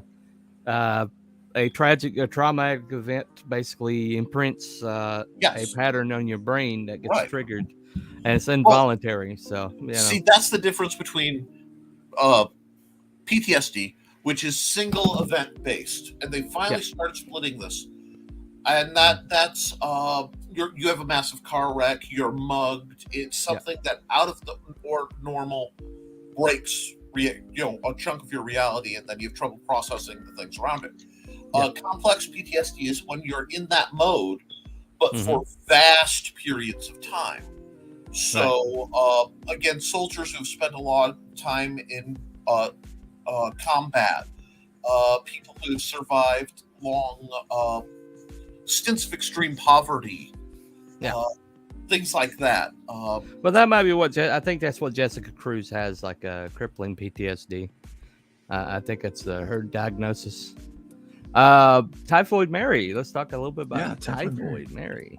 She's just, from what I've seen, she's just another of what Harley Quinn has ventured into and back out of. Yeah. Where she's the vaguely gothic aesthetic, or extremely in her case. I thought we were talking about the real Typhoid Mary for a second. Nice. No. But it's like we're leaving she's comics. Actually portrayed the second season of Iron Fist. I'm probably the only person alive that watched it, but she was actually really well portrayed in the second season of Iron Fist. Right. But the trick is, I like people. I just don't like to be around them. Yeah, I understand that feeling. I like individuals. I don't like groups. Let me put it that way. Yeah. But there is a subtrope of a very specific type of villain that you find, especially in DC. Typhoid Mary falls into that category. Many versions of Harley Quinn fall into that category, and Magpie falls into that category, where it's a very intelligent woman who usually has a background in psychology or something, and then they break, but they all have the same almost perky insanity. So they're the manic pixie dream girl of many people. That's why a lot of the fanboys like her so much. They're always acrobatic. I mean, it's interesting when you see like the points, because they're small. They're usually small-bodied women. They're usually very intellectual, and they go insane, but they retain a strange depth of capacity because of their base high-level intellect. Well, there's a very interesting thing about Typhoid Mary is she was like designed to be the perfect foil for Daredevil, because you have the Mary Fisk version, or the Mary Fisk identity, who's like appeals to Matt Murdock, and then you had the Typhoid Mary persona, who is like candy for Daredevil's superhero half. So I think it was very interesting how that character was just like set up to just the Matt Murdock wanted to save Mary Fisk from Typhoid Mary, and so he couldn't really fight her because he's afraid of hurting that person. The person Batman that he believed and her really Catwoman get actually was. in the same way. Yeah. It's just Marvel likes to add more, because very often you'll find the same paradigms, but Marvel will add more, like sprinkles on it. They like more fun spice. We got Norman Osborn. Norman Osborn. No, he's not either. There's a fun one. Let's talk about the mental health difference between Norman Osborn and Bruce Wayne. it's the same disorder, but it's a different motivation, different outcome, different motivation. Yeah. But I find that I'm wondering if the comics, because I think in terms of gaming, and you have powers, but then you have limitations that tend to run parallel. So, if you're very powerful in one element, there's usually a canceling element that will get you Fire Ice, etc. I'm starting to think that extreme wealth in comics has to come with crippling mental health. Because it's almost all inherited. Very few of the, he's a billionaire, not because he worked hard and got it from somebody, earned it and made all the right choices, but because he inherited it from from his parents. And I am saying he not to ostracize women. I'm saying he because the trope is almost exclusively male. There are very few exceptions. One of the Batwomen, and I can't remember her name, but she was the one who was a wealthy starlet, and she was in it for the thrill of it, not to actually do any good. She just got a kick out of it as that's still Cassandra Cain. They just retconned her later as a lesbian ex-soldier or whatever. Okay, that's right. That's the original Cassandra. And see, because I have Mute Killing Machine Cassandra Cain, very different than Silver Era Eris kind of Cassandra Cain. But I don't want to get completely out of it without mentioning Moon Knight. Yeah, let's end with Moon Knight, and then we'll talk about Frog G's project. I think Moon Knight is, the poster boy for mental illness and superheroism. In fact, that's a superpower. Yeah, in fact, it is his superpower in some sense of the term there. So parallel-wise, is Moon Knight crazier than Deadpool? Oh yeah, he's crazy than Deadpool. Definitely. No, I agree with that. I just wanted to see if anybody had anything else to say on that. I will say this: crazier, yes. More entertaining, then? No. I agree. No. Yeah, depends on what story you read. Deadpool is. I don't know. I think most of Deadpool's stories are pretty entertaining. Yeah, I haven't found one that I did not enjoy yet. But I will say, but he's kind of overplayed. I mean, but that happens. They get one good character and they fixate on one good. Well, yeah, it's one of the best characters to come out of the more modern era of comics. Yeah. I mean, wow, there aren't a lot of. That's another interesting thing, which is a jump, but maybe next week. What are the best non-legacy characters? Oh yeah, because like Deadpool. Take out Batman, Superman, Spider-Man. I mean, anything Stan Lee. Ditko, but that's all legacy. I'm talking like the new stuff. But I'm saying take out anything they did. I mean, anything 1990s and above. Characters created in the 90s and above. Ooh. One thing about Moon Knight, that I think is really fascinating is there's really this if you write him well, and he's been written well, and he's also been written like crap. But if you at his core being, you don't know if this guy is just feeling guilty for all the things he did as a mercenary, and so he created this, god of vengeance to keep him to task to do better or something. Or you don't. I mean, and then he has all these fractioned off personalities, and multiple personality disorder is not the diagnosis now. Dissociative identity disorder is the diagnosis now. But when you see what Moon Knight is, Moon Knight seems to be designed like the facets of the moon. Okay, and that's the reason why he has all these personalities, is because he's different facets of the moon, right? Different primary moon phases. Yeah, so different. The primary one is Mark Spector, of course. That seems to be where they all spring from, is Mark Spector, who did horrific things as a mercenary and had one moment of conscience that got him killed, supposedly killed. And then he like crawls in and to this temple and like dies at the foot of a statue of Khonshu, who is like the god of vengeance or whatever. And but the thing about it is when you look at what he does, when you see how he operates with this abandon, this complete and total lack of concern for his own well-being or his own. He's kind of like I said, Chris Farley could prop fall without catching himself, which is very rare. Because that means you have no self-preservation, and he's a lot like that. And he really has no sense of self-preservation. He'll dive off of a 2-story building down into a crowd of people, and he's wearing a white costume. Yeah. Okay, he's wearing a costume that you're going to see it reflect off of everything. So you're going to see this guy coming, and he doesn't care. Hail Indie Wrestling Aces. That's every year today races. Is that, man? Appreciate you stopping by. And he doesn't care. He doesn't care. He literally doesn't care for his own well-being, which is in itself, insane. It's like that is a level of delusion that is. It's breathtaking. It really is. Well, it's concerning as well. Yeah, it's a perceived martyrdom.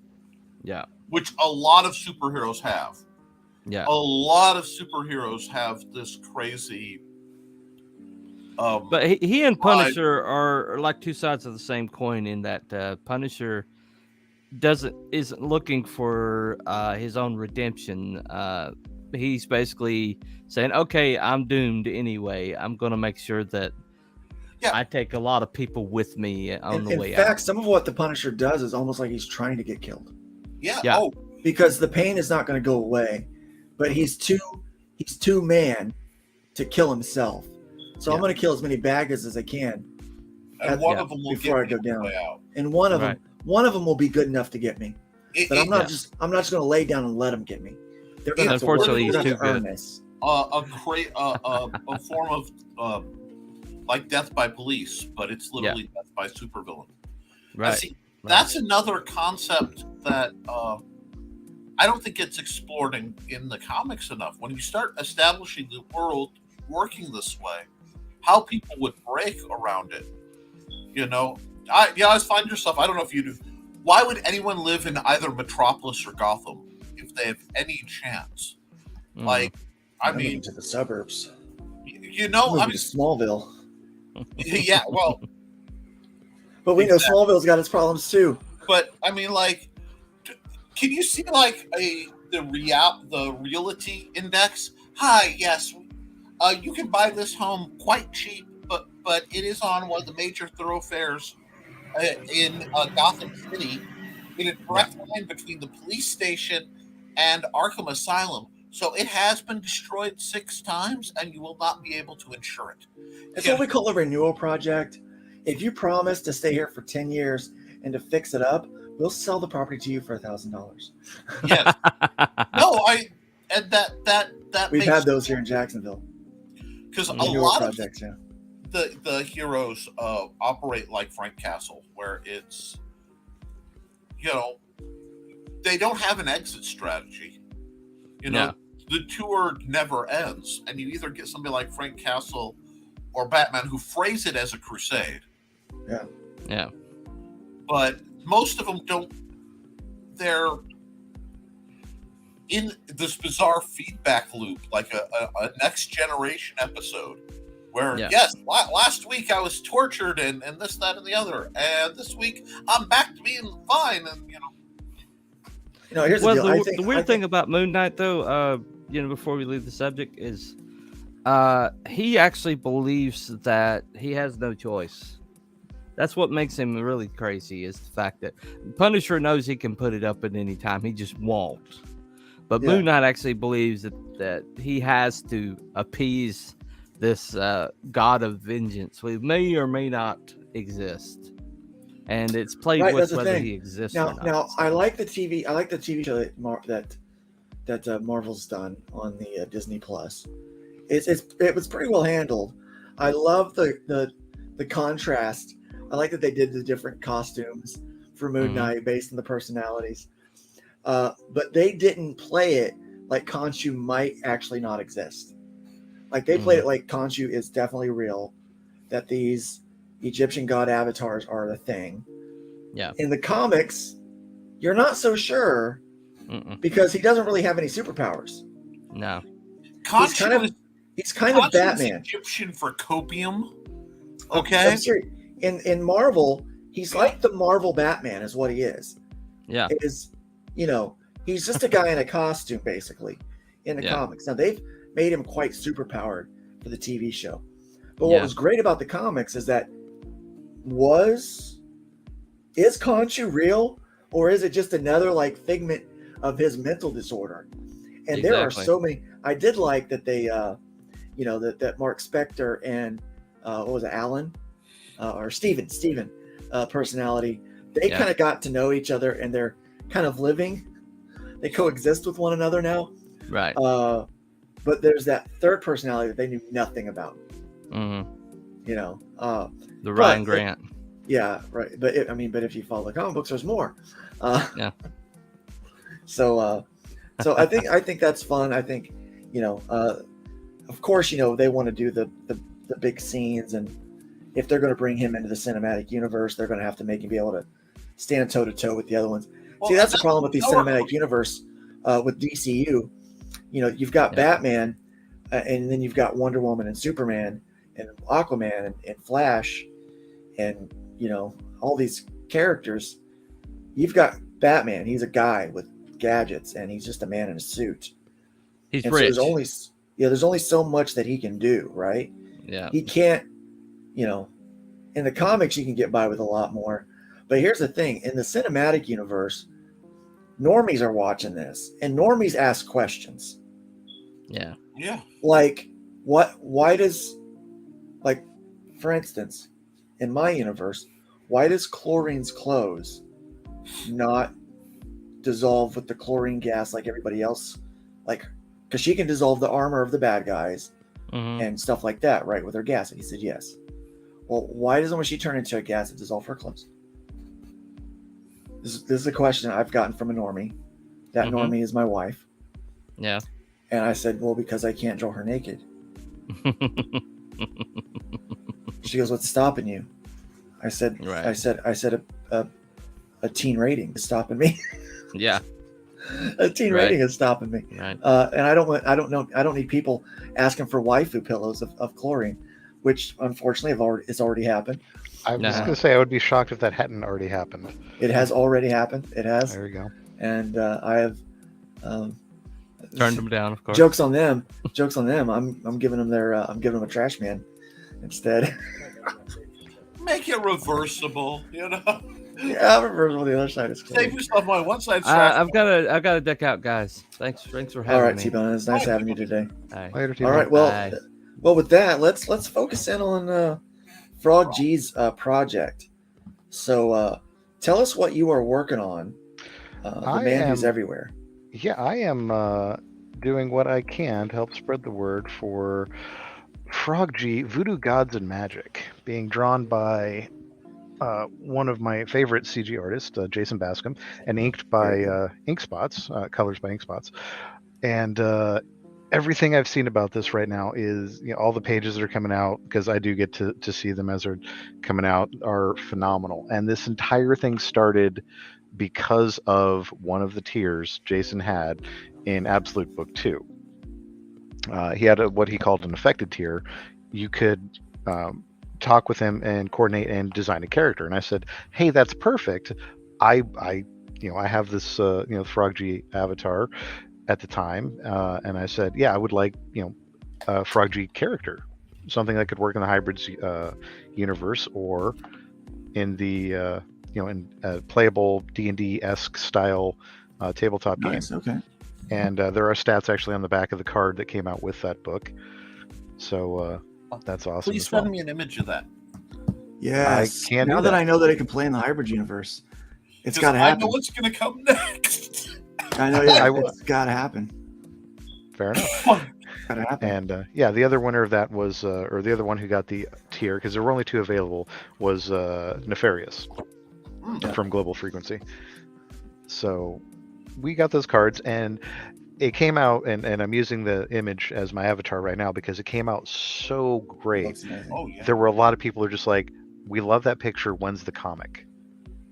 And Jason and Inkspots and myself all got together and we're just like, do we want to do a comic? And yeah, sure.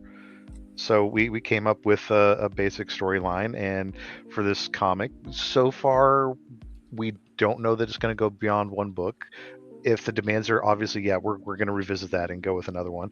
And we came up with this great storyline. And yeah, it's an interesting one. I definitely like where it's going there. So basic elevator pitch for it.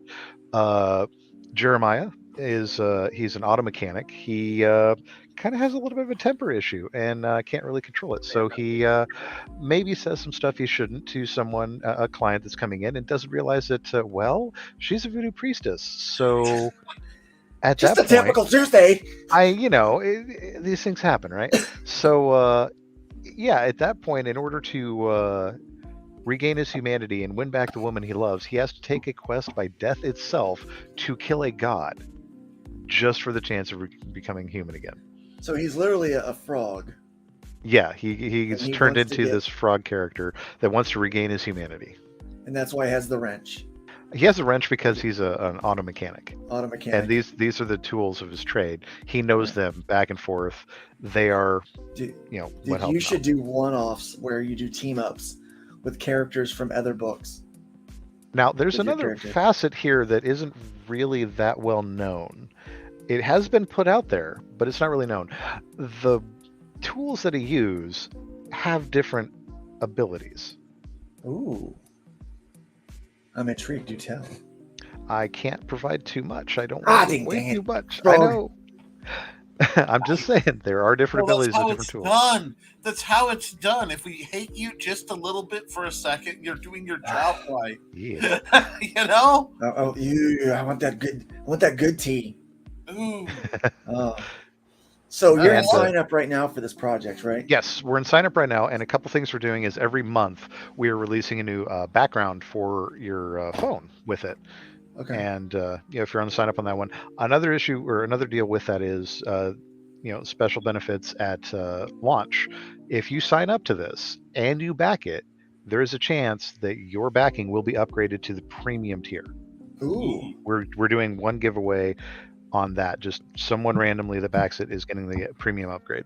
Dude, that's a sexy bonus. Yeah. That's Oh wow, I'm down with that. Yeah, Inkspots came up with that one. We're just like, dude, that's an awesome idea. So we'll give Inkspots full credit. Good job, Inkspots. So when is launch on this project? September 17th, we're launching on Red Valkyrie at noon Eastern, is my understanding. Nice. Oh, Very I good. love Man, this Red is Valkyrie. I exciting. don't see them enough. I think, here's the thing. Yes, Every I- channel has its lore. Like things that are kind of specific to that channel. We've got hashtag Vaunt Demithers here. Yes. We've got Vacuum 2024. Broken because it doesn't Vacuum suck. 2024. Broken Vacuum 2024 because it doesn't suck. Yeah. We've got different things like that on this channel and every channel, but there's one thing that seems to be consistent from channel to channel, and that's Frog G. Okay. Oh yeah. So a comic book that has Frog G as the center of this universe is it almost is in the lore of every channel. Yeah, it has to Yeah. be. Which is why I was like, dude, you should totally team up with do one-offs, but then with everybody else, like have Frog G team up with, with Trash Man or with Perfect 10 or, what would really be cool is if Frog G ever teamed up with Cyberfrog. I think we'd also have to throw Sweens in there with Oddity. Oh yeah, Just get all the frogs together. that would be awesome. That would be. Please call it Hop to It. There's actually another book coming out called Croak Force. I am not associated with it yet, but It's looking pretty good. It is also in sign up, and drop the link obviously because I do that sort of thing. There you go. It also looks pretty good. So Yeah, I'm excited about that kind of stuff, man. That's awesome. This is I like the premise that it's just like a normal guy, and he is now frogged because he upset somebody. Yeah, it does teach you, hey, be nice to everybody. So we have a lesson with the comic. Because look what happens when you're not nice to everybody. You have to take a quest by God himself, or by death itself to kill a god. I mean, yeah, just you be might nice have to to just go everyone. kill God. Yeah, Yeah. I mean, and that's no easy task, as we'll learn in the comic book. Indeed. So that we can just nice back to on people. September 17th at noon. Yes. Live on Red Valkyrie presents. So That's gonna be awesome. That is gonna be awesome. but you said the tools that he uses, each one has its own special attribute. Yes, its own special power. Now, at the start, Nice. he doesn't quite catch that. So he will learn as we do reading through the book. So it's like, oh, it did something. It's like, oh, so this does. So he has to figure out what they do. Yes. That way he can be a more effective hero. Yep. So you've got your base element of be nice to people. You've got your learning arc. Yes, we tried to fit all the little parts in there. All the good stuff, all the stuff that we all need. Yes, As you and may of see, course, Art is amazing. and to continue with the theme of all the stuff that we love, he's got to win back his girlfriend, a smoking hot redhead, because hey, let's There you face go. it, we need Ginger. more gingers. Yes. Yeah. Well, because I mean, they're killing all the gingers. All the gingers are being race swapped. I think it's an attack on ginger, is what it is. I don't think it's a play for diversity. I think somebody out there has a thing against redheads. I bet they were scorned by a ginger. I bet they were in love with a hot ginger and they were rejected. I think they were concerned, or I think They were called the they Dirts or misread when they were drinking a soda, and they realized this is really good. We need to make more. Look, guys, let me just lay it out here. Stop killing gingers to make ginger ale. Yeah. It's not how it works. It's called Gingercide. Yeah. Pedro Ang's got it. It's called Gingercide. Leave the gingers alone. I think I think that's I think it stems from that because it started back in the, obviously after the 90s. I think it was some dude in high school that was in love with a ginger and she called him a dirt. Remember when people used to call each other, used to call people dirts? Yep. Meant they were I think it's like what a scrub is now. Or maybe that was I can't remember. They got some term for that now, but they used to call them dirts. I was a grunge teen, so the preps called me a dirt. They used skank where I went to school. Skank? Well, that was what we used for the ladies. No, it was not exclusive. It was guys or girls, skanks. But I got another one. It's Gingerade. How about that? Gingerade. Gingerade. Ginger cider. Let's respell Gingerade and make it Ginger-Aid, folks. We want to form a fundraiser of some sort. Oh, We Are the World. is that where we take other task characters? force, yes. There we go. Is that where we take other characters that aren't typically ginger? Well met, Frog G, by the way. How's it going? Yeah, hi. How's it going? Good to meet you. Instead of We Are the World, it's just the bit that Jessica Rabbit sings. Oh, nice. Yeah, Kathleen Turner. What happened to her? She was so awesome. You see, she was an attractive redhead, so Disney had to erase her. I thought she's a blonde. Ginger AIDS. Oh no, you're thinking Kathleen Turner.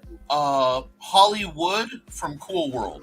No, Kathleen Turner, the voice actress for Jessica Rabbit, because Jessica Rabbit was a cartoon. He's like Nick, we're talking about reality now.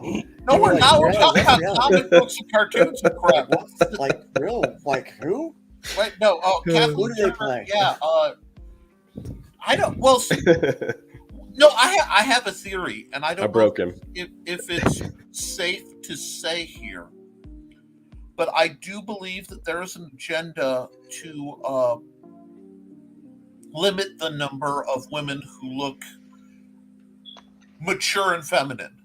I think there is a a agenda out there that leans towards making sure that women look much younger and less voluptuous, less mature, and that's actively pursued. I'm not sure who or why, and I don't want to go into that kind of theory because it could spicy bacon. Yeah. Okay. So here's what I want to do. I'm Team Kat Dennings. Nice. Hey, I want to do something before we get too far off. So right now we've got quite a few people watching right now. So between the two platforms, we've got about 11 people are with us now. It's about the time where we start to trail off a little bit, but we got a lot of people in the chat right now. Here's what I want to do. If you have signed up, or if you haven't signed up for Frog G's campaign, I want you to go sign up, because here's what we're doing. Okay, sign up. I've got a couple full sets of trading cards. A lot of these I don't have anymore. Okay, they're gone. But I have a full set of the hybrids trading cards. I got Danny. I got Fuji. I got Rev. I got Rascal. We got Clarence, Trash Man himself. We got the Bone card. Okay. We've got Ion. Oh man, I got to get me some of those. We got Chlorine. We got my boy Link. What up, Link? Here's the thing. A lot of people think Trash is my favorite character. This guy's my favorite character. Nice. He's my favorite one to write. Hashtag Team Danny. The crap I'm doing to Link, I feel bad about, but it's going to make him an awesome character. I've got the Holofoil. Woo. Holofoil Azazel. So shiny. I've got the original triple play card. Nice. Okay. And then I've got the Holofoil Seraphina card. That is... All of these have information on the back. These were all my Starcross cards back when I was with Starcross Comics doing these, okay? I don't have... Some of these I don't have anymore. I don't have any more of the Seraphina. I don't think I have any more of the Azazel. Except for like 1 or 2 packs of them, okay? And I'm saving them for special occasions. This is a special occasion. I want you to sign up now for the mailing list for Frog G's campaign. And Frog G, you can see who's how many you've gotten, right? You can look at the signups, or we need to be able to prove that we have new signups today. But you sign up, or if you've already signed up, I want you to put it in the chat that you've signed up, okay, for the mailing list. And don't lie to me, okay? Because I can't go verify. Frog G would have to do that. Or whoever's running this campaign, he'd have to verify that. But That'd be Jason Bascom, actually. Jason Bascom. But we can verify. Here's what I want you to sign up. I want you to tell me that you've signed up. We're going to put your name in there, and we're going to draw one of those names, okay? And I will mail you this entire set of hybrids trading cards from the Starcross Comics collection, okay? Like, this will be yours, all right? This is like $1,000 value. It's like $1 million with it. I'm joking. Well, we don't know. We have no idea. You're just speculating. You know, Marvel does it all the time. I'm speculating that. Dude, I play Magic. Trust me. I'm speculating that I'm going to be a massive success. These cards were the fuel for the RPG. I gave these cards to Nick, and he goes, "Look, the mechanics for the RPG are on the back." And I said, "What do you mean?" He goes, "Who did that?" I go, "I was just messing around." And he goes, "The math's perfect for all of them. It's a base 2. Everything's a base 2, and then you build off there." And I'm like, I don't know. And I didn't know what all that meant. And so Nick's like, "Well, it gave me an idea for this thing." And so he then went and created an entire game engine that now is being installed in a lot of other cars, so to speak. This engine is being sold in other games. So, but it all came from this idea. And so these could be super worth money when Nick's game engine goes platinum, whatever that means for games. When it goes nuts. But yeah. Those are a historic intersection between, because Luke's going to have to do a different version of those cards for after some of the events of They all change after Killing what's Field. coming. So you know, Killing Field changes everything. Okay, Killing guys- Field absolutely changes everything with these characters. Nothing remains the same for them. Like this is in order for me to tell the Lifeline storyline, this is like going back in time and telling their backstory.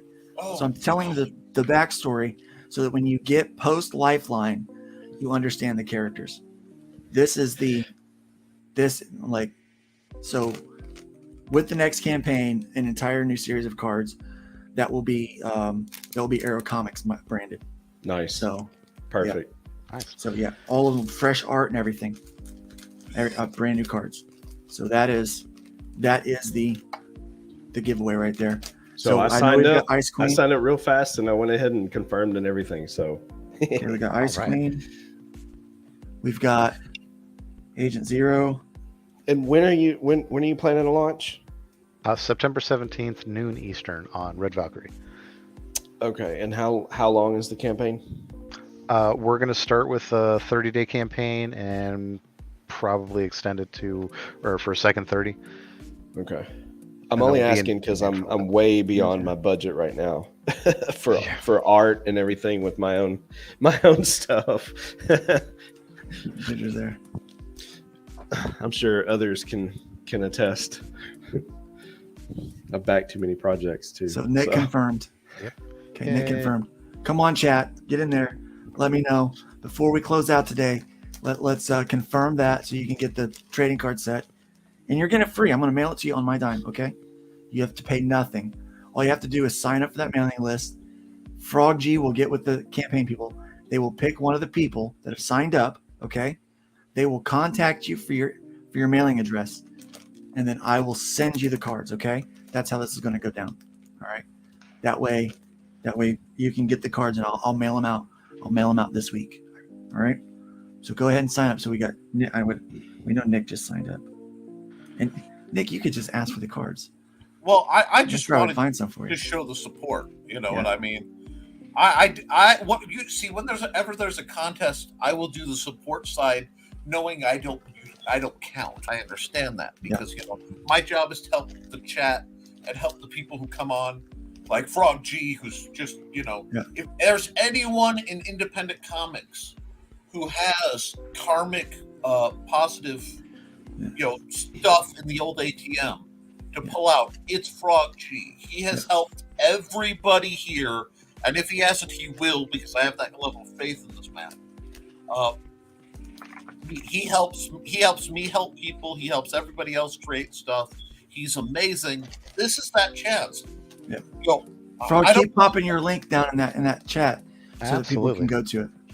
All right. I don't want to sound like Bernie Sanders here, but friends, I'm coming to you before you again to ask for money for Frog G. just send him money. This costs you nothing to sign up. Yeah, and it costs you not a dime, and you're actually going to get something for signing up on Nerd Bacon today. Okay. Heck yeah. So this is what we do. We're going to bacon wrap this thing because I want this to be one of the biggest launches in comic books outside of history. I want them to interrupt Gen Con silliness and go, holy smokes, Frog G is launching. I want Frog G to become the new comic book lore. Yes. Me too. That would be delightful. Yeah. Like I already want to team up with Frog G with one of my characters. Already. Like I'm like, ooh. Believe it or not, Trash Man teams up with a lot of people. I've got team ups coming out later this year. Nice. I wasn't kidding. I really would like the back with your stats to see if I can't get it. I didn't even. Usually, I ask Luke for. Are you okay with me doing this? But I know. No. I think it'd be great. I think as a bonus. Already DM'd to you. And maybe we can work out as a bonus. We create a Frog G character sheet when we do the as a bonus for people that sign up for the full engine when we launch that. No, I think so you can play Frog G in any game that you want with the +2. That I like that idea so much. I think we should make a list of regulars, and if they have a character that we can get the rough power on, Yeah. Make at least a stat sheet of our supporters. We can because do a they're all- Chrome Dog, yeah. We can do Chrome we can do a Dog. Rion. Channel members, all Yeah. channel members can get their own playable character with superpowers. I mean, And that's giving me a whole lot more work, but I love the project. I I'll love help. the I'll help a little bit. Oh yeah, well, if Luke sets it up, God, if he sets it up in card style like he did the other stuff, it's real easy because then I know it's all. Yeah, and eventually, what we will do, and I see Salazar is asking for a. I've been wanting a card game with my characters. We're actually, and what's going to happen is the next thing we're going to do is actually do a set of card game, translate the RPG into a regular battle card game, and so that's something that we're going to be working on. But that's going to come 2023, probably 20. Yeah, Nice. at best it's being. Nick and I will develop it then. Yeah, and then- I and then would say, because I like to give myself more time than I may need, just how I tend to operate. Yeah. We'll develop it in 2023, assuming that both Frog G's campaign goes well and that the RPG goes well, because the RPG has to go well for us to invest. That's how- Salazar just signed up.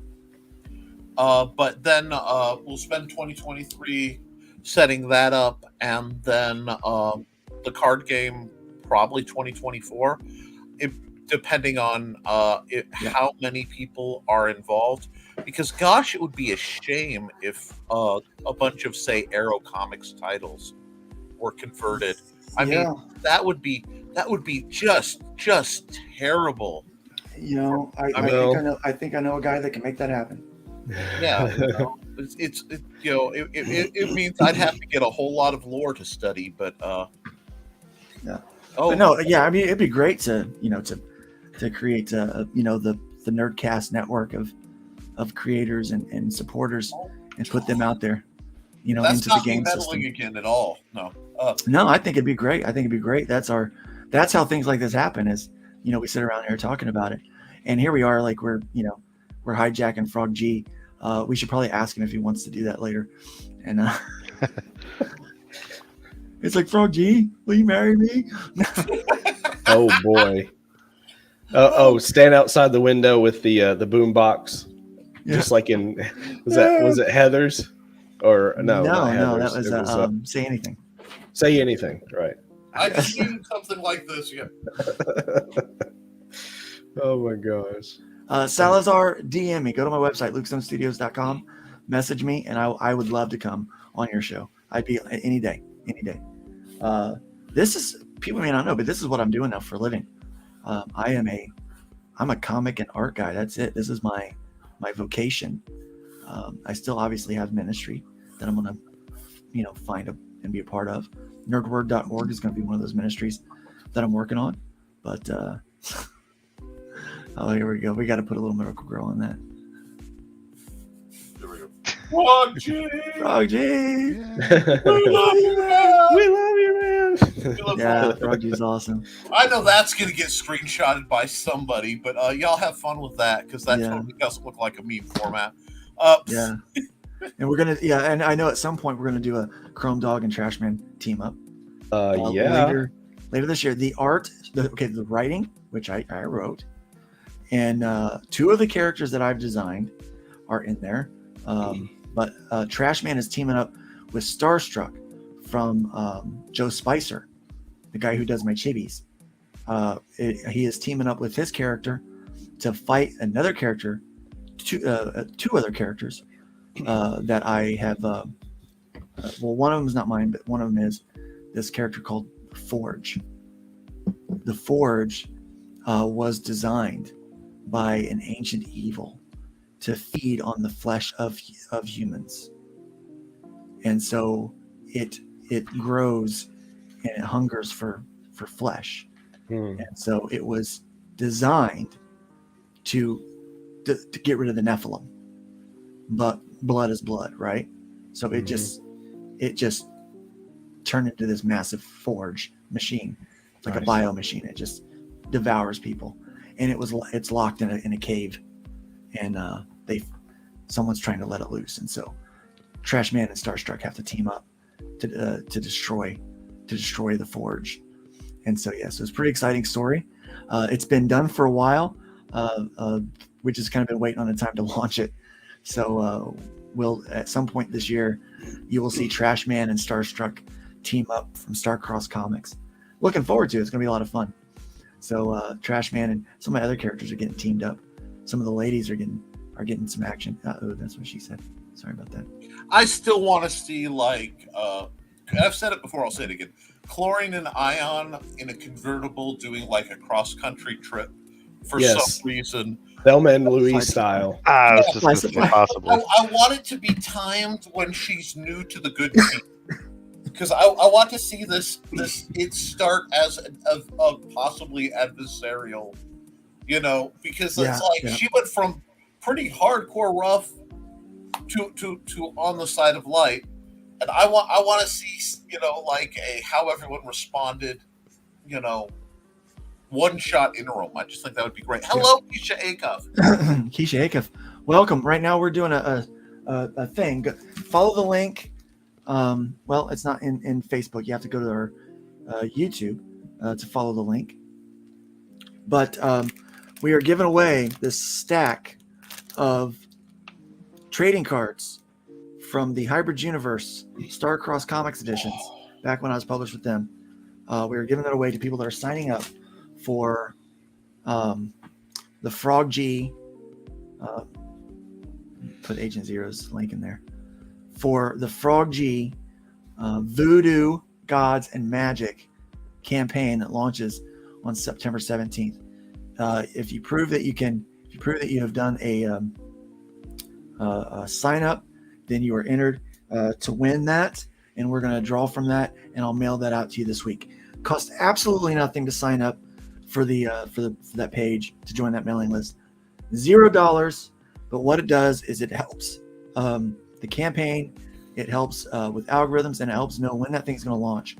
And ultimately, if you back this project, it's going to help you, because anyone that does the sign up and backs the project, one lucky person, some of that magic is going to get sprinkled on you, and you are going to get your tier upgraded to the top tier, right? Yes. Okay, I nailed it. I'm responding to Salazar right there. You don't need to DM me the email address. We're going to pick it from the mailing list. We'll email you with that if you win. Nice. I guess you love $0. I understand, man. It's very difficult, so it costs you absolutely nothing to do that. So follow that link. Head over there to the Frog G Voodoo Gods and Magic. Frog G is not on Facebook with us, so he's I am on Facebook with you. Oh, you are? I am. Yes. Is it under your real name? No, it's not. It's under a name that I was I got to post on there. Jeremiah Anura. That's you? Because Jeremiah was in fact a bullfrog.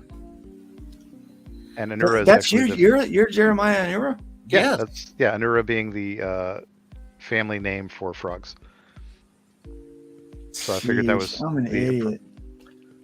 I didn't catch that. Yeah, I should be. I did not catch that. So like 3 Dog, if it wasn't already taken from Fallout, 3 Dog Night. Another Jeremiah reference there.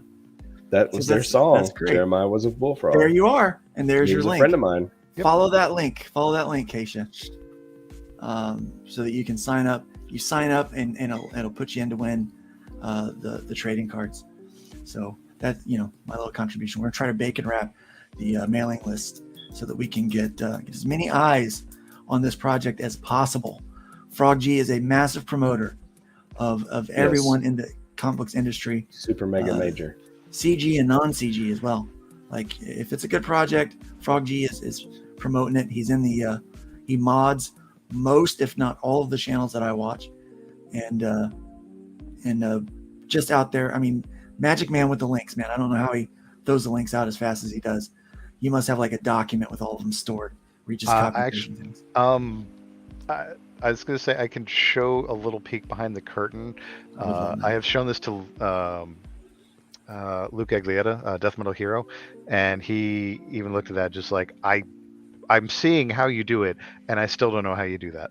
Yeah, show us the magic. How do you do it? It's a lot of. Are you familiar with the app on your computer called Sticky Notes? Yeah.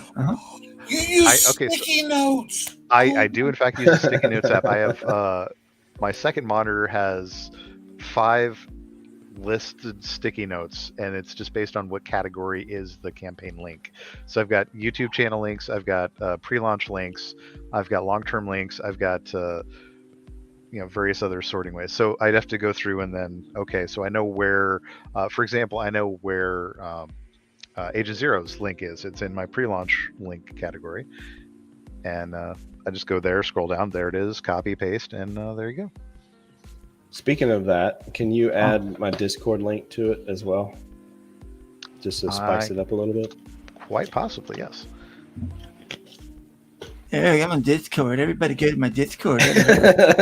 My computer hates Discord. I'm sorry, I don't know why. Well, I don't know why I did that.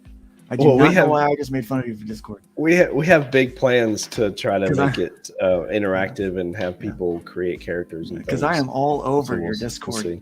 I'm all over your Discord like a drunk chick at a frat party. Oh no, I'm married. Leave me alone. I'm not on you. I'm on your Discord. Well, all that out. I took a picture, the picture, got it up on DA of the fan art I did for Frog. So if you want it, anybody, it's there with the link to his project, to the Indiegogo, so that I can use my DA to promote. All right. Stuff. So Kaisha, thank you so much for signing up. Anybody else, make sure you jump on that if you want to win that. Yeah. So far, I've got confirmed. We have 5 people that have signed up that so far that I've seen from the chat. So I know that we have more than that are watching. So either you don't care, or you're not responding to me. They might be monotaskers where they're going to watch the show. Yeah. And they're because we are enthralling. I mean, we have Frog G. You can't miss a minute of having Frog G on the show. So here's the sweet. If you watch this in playback, leave a comment on YouTube. Yes. Leave a comment and let us know that you signed up. Okay. We'll leave the contest open for, I don't know, let's say till Friday night, and I will mail them out Monday morning. Okay. We'll pick over the weekend. Does that sound good? Does that sound fair? Nice. I think that sounds fair. Super nice. So if you're watching this in playback, go ahead and sign up, and I'll add the link to the video description, and so do that. So we'll call you instead of the that old Paul Newman movie Cool Hand Luke, we'll call you Cool Card Luke. Cool Card Luke. I like it. Yeah. See, now you need another hat with the Trash Man card. Frog G, can you add your link in the private chat for me? Oh yeah, like a press, how they would put the press sign in the side of the fedora. Nice. Stick a little Frog G on there. But yep, threw that out there. Oh, Frog G bumped out for some reason. We'll call that a glitch until we're not having the wrong button. All right, Frog G, throw your link in the private chat for me, please. Yep. We've agreed that we're going to run the contest to anybody that watches even in playback but comments that they've signed up. So comment that you've signed up. The link is going to be in the video description so that you can follow that link. All right. It is up right now. Yeah. Weird. There you go. The link is the first link that you see. So follow that link and then sign up for that mailing list. Comment on the video. Let me know that you've done that. And then what we will do is we will send out this full collection of Starcross Edition trading cards from the Hybrid Universe. Bingo. That's all yours. Nice. Okay. Thank you, sir. All right. So yeah, that's what we're going to do. All right. Hey, you know what? This has been a good show. This has been a great show, Yeah, and I think we're doing some great stuff to try to promote some great people. I mean, and that's what I love about this show, because it's goofy, and But sometimes we talk grasp about serious stuff, and we support some amazing creators, We really and that's a privilege right there. Mhm. To have some Frog G. I'm honored to have you in the chat because you just make every chat you're in better. But thank you. Seriously, but to actually have you on our show really is a privilege. Yeah. Because you Yeah, just I'll agree. I'll second that. and I'm not neglecting you, Justin. Please don't think I am. No, y'all. No, hey, this is his time to shine. Yeah, and Justin's now part of the Arrow Comics family. That's why I'm so excited for when it actually launches, because I want to see the commercials and stuff that Frog does for his Voodoo Gods and Magic on everybody, and I mean everybody, because he's done so much for so many. I'll let you guys in on a secret. I have 8 Patreon members who help me pay to teach people how to sword fight when they have severe mental and sometimes physical limitations. That's one of my great passions. Frog G's one of them. I am indeed. And well worth it. It's such an honor to know people who give me the means, because like I review gear, and anybody who sees me fight, I fight in old beat up stuff most of the time, because I review the gear and then somebody comes by, I'm like, here, you need this more than I do, and I pass it out, and that's how people starting out, whatever age they are, get their stuff, and because of people like Frog G, I can do that, and I don't get to publicly thank a lot of my my supporters nearly enough. So this is just an incredible man doing incredible work for, like, you really can't measure how many. There isn't a stream I see him go by where he's not helping somebody. And he's not asking for anything. He's not over here going, I'm the biggest promoter in independent comics, because you damn near is. And I will never actually call myself that, because I learned what I do from Felix Haas, from Mo Biggs, from Tom Patu. So, I hope to be on their level.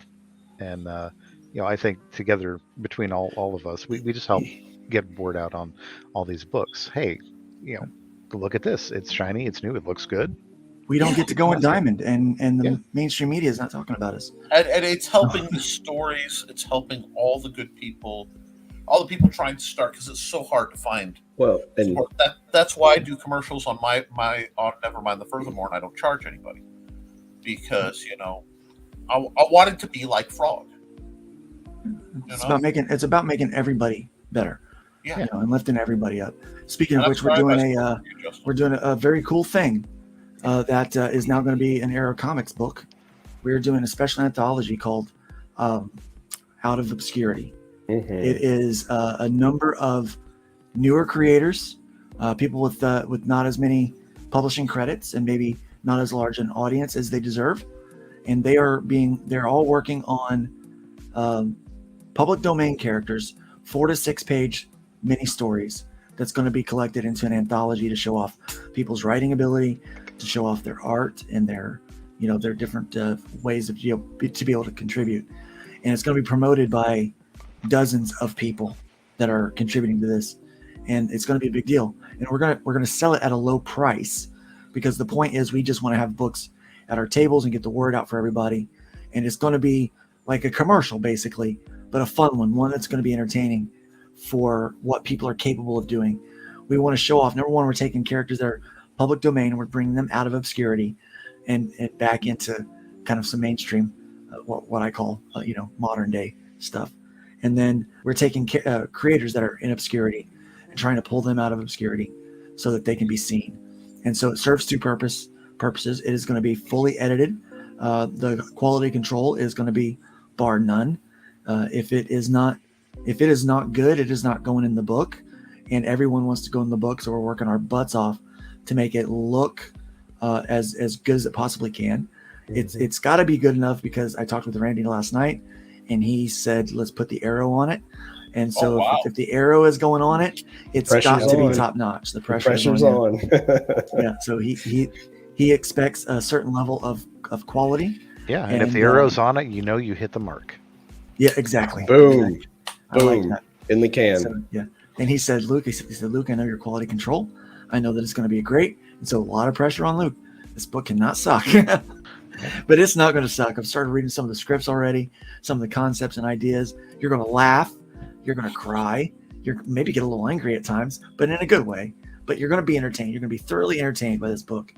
And it could be anywhere from 40 pages to 100 pages. We have no idea at this point because we have new creators, new writers every day that want to contribute to it. Randy himself is going to contribute to it. He's going to work on a story that's going to go in it.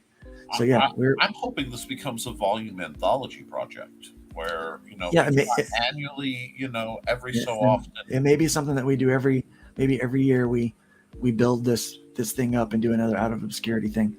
But so far it's becoming big and it's becoming awesome. Justin is a part of a group on Twitter where we're discussing it. I think Nick is as well. He just doesn't say anything. Usually because there's a lot of politics, and not politics. Politics is wrong. That just fell out. There's a lot of discussion that's higher end than what I feel I can contribute to. Yeah, so I'm just a little game designer in the background. Now I did take because during the period where I was building my hands back up, I made a very goofy little comic concept. And I did throw that hat into the ring. I don't know if I'm going to be able to redraw it or not. I got to figure out what to do with that next. But I would like to see an alternate version of Paul Bunyan Kaiju Slayer, leaking out, because I had so much fun with the first part, and then it's like I have more to run with it. The concept itself is hilarious. Paul Bunyan Kaiju Slayer. Yes, I love it. It's like what the. I might want to pencil that for you. We've got somebody that can ink. Talk to you, actually private, but I love to do public. Yeah, we've got somebody that can ink, so because we've got people that want to contribute their work. You have my horrible, not professional version of drawing it up in one of the sketchbooks. So you have a layout laid out, and it's all there with that you guys could actually make good. Because I made it fun, you could make it good and make it pretty. That seems to be our standard system here. Yeah. Yeah. I'd like to see that make it good and make it pretty. Get interesting because I think it'd be fun. Yeah. So yeah, this is gonna be a fun project. I think it's gonna be something that is gonna help people and entertain people. It's escapism at its best. Yes, it is. Some of these stories. And it might just launch some great titles too, because I've been seeing what people are coming up with. I watch my phone. I had to turn off my Twitter notifications. Because it was constantly pinging from that group. Let me tell you one thing. I got one word. Cthulhu. There you go. Cthulhu. Well, oh boy. Okay, well, Bronze Terror is going to be a title for sure. Yeah. Yes, I saw that. He's going to be a title in my own universe. I'm making it so. Yeah. He deserves it. He's public domain and he deserves it. And besides, how cool would it be if the anthology is essentially just a ton of issue zeros? Yeah. And then I mean, they contain stories, but they're issue I see what you mean. But it's here, and people go, "Wow, we really like this." Mm-hmm. Well, you like it. I can do more. It's a great market test for a lot of people going. It's completely public domain. Yeah, so we're using because we've always talked about these public domain characters coming back, and so people are taking an interesting take on some of these things. And Cthulhu was the one that really cracked me up. And at first I thought it was just a novelty thing, but no, it's turned into. Well, it's got a real story, and I'm like, wow, that's good. That's gonna be good. I'm looking forward to seeing the script on this one. And thank you for the links, Frog. I never get to say that verbally. It's so wonderful because it always makes my day. Yeah, really. But this is going to be. Blue Teddy's here. Welcome, Blue Teddy. My wallet hates you, Frog G. So I just had to say that. It's like to be there's fair, so you're many actually not times. the first person that has told me that. If my wife ever. See, that's the thing too. Is my CFO for sure? She's. So yeah, I've had to say, okay, I'm done until I get, I've gone over budget. I'm having to hawk other things to be able to cover art. All right, we've been at this for about an hour, about 2 hours and 20 minutes. I think it's time that we can. I think we've had a very productive day. It's been a great day to start our Thursday. We've got the rest of today and tomorrow to be productive before we enjoy our weekend. So I think it's a good. I think it's a great place to end this. Yes. I'm gonna bring you up big on the screen, one at a time, and I want you to tell everybody where they can find you and any parting words that you may want to give them. And I'm going to start with Frog G. You can find me at, pretty much any YouTube channel discussing independent comics. I will be there in the chat. If possible, slinging some links. You can find me at Twitter at frog_G_, and that link has been provided in the chat for you there. You can find me on Facebook. I am Jeremiah Anura on that one. And as soon as I find the link on that, I'll post it up there because I'm not used to doing that. And everyone just have a nice day. Be nice to each other because at the end of the day, it's night. At the end of the day, it's night. Justin, you're on. Oh, I'm on. Okay. Hi, I'm Justin K. Sweet, aka Agent Zero of Agent Zero Comics. You can find me pretty much on Twitter most of the time at Justin K. Sweet. And then also on Facebook, just posted the link in the chat because it's kind of weird because it's Justin Sweet and then 3 zeros. There's a story there, but it is what it is. I'm also in the Discords. So Discording is fun. I definitely look forward to interacting with folks as I expand this fictional world that I'm building, and especially big shout out to Luke for helping me get the vision kind of started with this lead character. But oh boy, big things are going to be happening with this Bronze Terror. I can see it already, so I'm excited. Occasionally you'll see me kind of lurk here and there in the chats on some of these shows alongside Frog G. I try to be on as much as I can, or at least comment after the video's already gone, but I live a pretty busy life. But yeah. Oh yeah. Hey folks, I'm Nick Tucker, host of the Historical Fencing Guild, the Nevermind the Furthermore, and co-host of Nerd Bacon right here on Luke Stone Studios, the only place to be on a Thursday morning. You can find my stuff at nicholastucker.com. I'm on Twitter at ntalker. I prefer people to follow me there because I'm on Facebook with a bunch of relatives. So follow me on Twitter. It's a lot smoother for everybody. I'm also on DeviantArt, nickt.deviantart.com or deviantart.com/nickt. I'm old enough I have both. You will find the aforementioned Frog G fan art that I did today already up there, with the link for his new Indiegogo project, so that if somehow you missed it in the many times it was on the list and discussed, you have another chance to find it right there. I am broadcasting just about every morning of the week, except Tuesdays. Monday, Wednesday, and Friday on the Nicholas Tucker YouTube channel. I host Nevermind the Furthermore, which is a wonderful place for creatives to come together, get support, get new ideas, learn about what's going on, maybe improve a bit. I'm here for Nerd Bacon every Thursday morning at 9 a.m. This is my early morning. And then on Friday nights at 8 p.m. Eastern, I'm hosting the Historical Fencing Guild live stream where we talk about sword fighting and how to make your own gear, how to work around any physical limitations you may have. And there's clips and if you've ever wanted to see normal fat guys sword fighting, that is the place to go. But other than that, folks, I hope you're doing really well, and I hope no matter what, you be careful out there. Okay? She's trying to be careful. She's trying to take my line. Turn mine. I get to cue it. I get to cue it. I forgot I don't have the power. You don't have the button. I have the button. That's what she said. He's the one who. I am the one who pushes the button. Wearing the wrong hat for that. I have to. Let's take up an offering. I am the one who knocks. I am the one who knocks. Yeah, my name is Luke Stone. I'm one of your bro hosts this morning for the Nerd Bacon. I also have several other nerd casts that I do. I have the Nerd Word stuff that I'm going to be doing. We do Christians Making Comics. Every few Thursdays, we have a new interview. We've got one coming up in August with an animation studio. Going to be great. Then on Tuesday nights, we've got the Nerd Cap. So you can end off your Tuesday night with a Nerd Cap before you try to tackle your midweek hump day.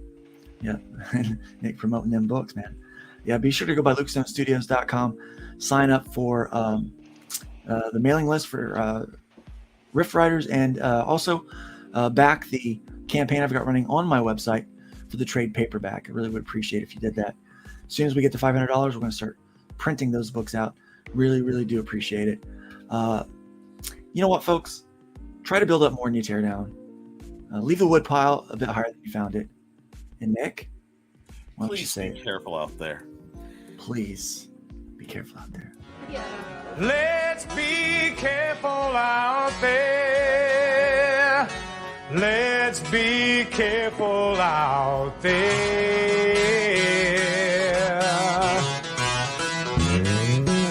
We had a 187 at the 7-Eleven on the corner of 4th and Main. Two Caucasians of the male persuasion put a bullet through the cashier's brain.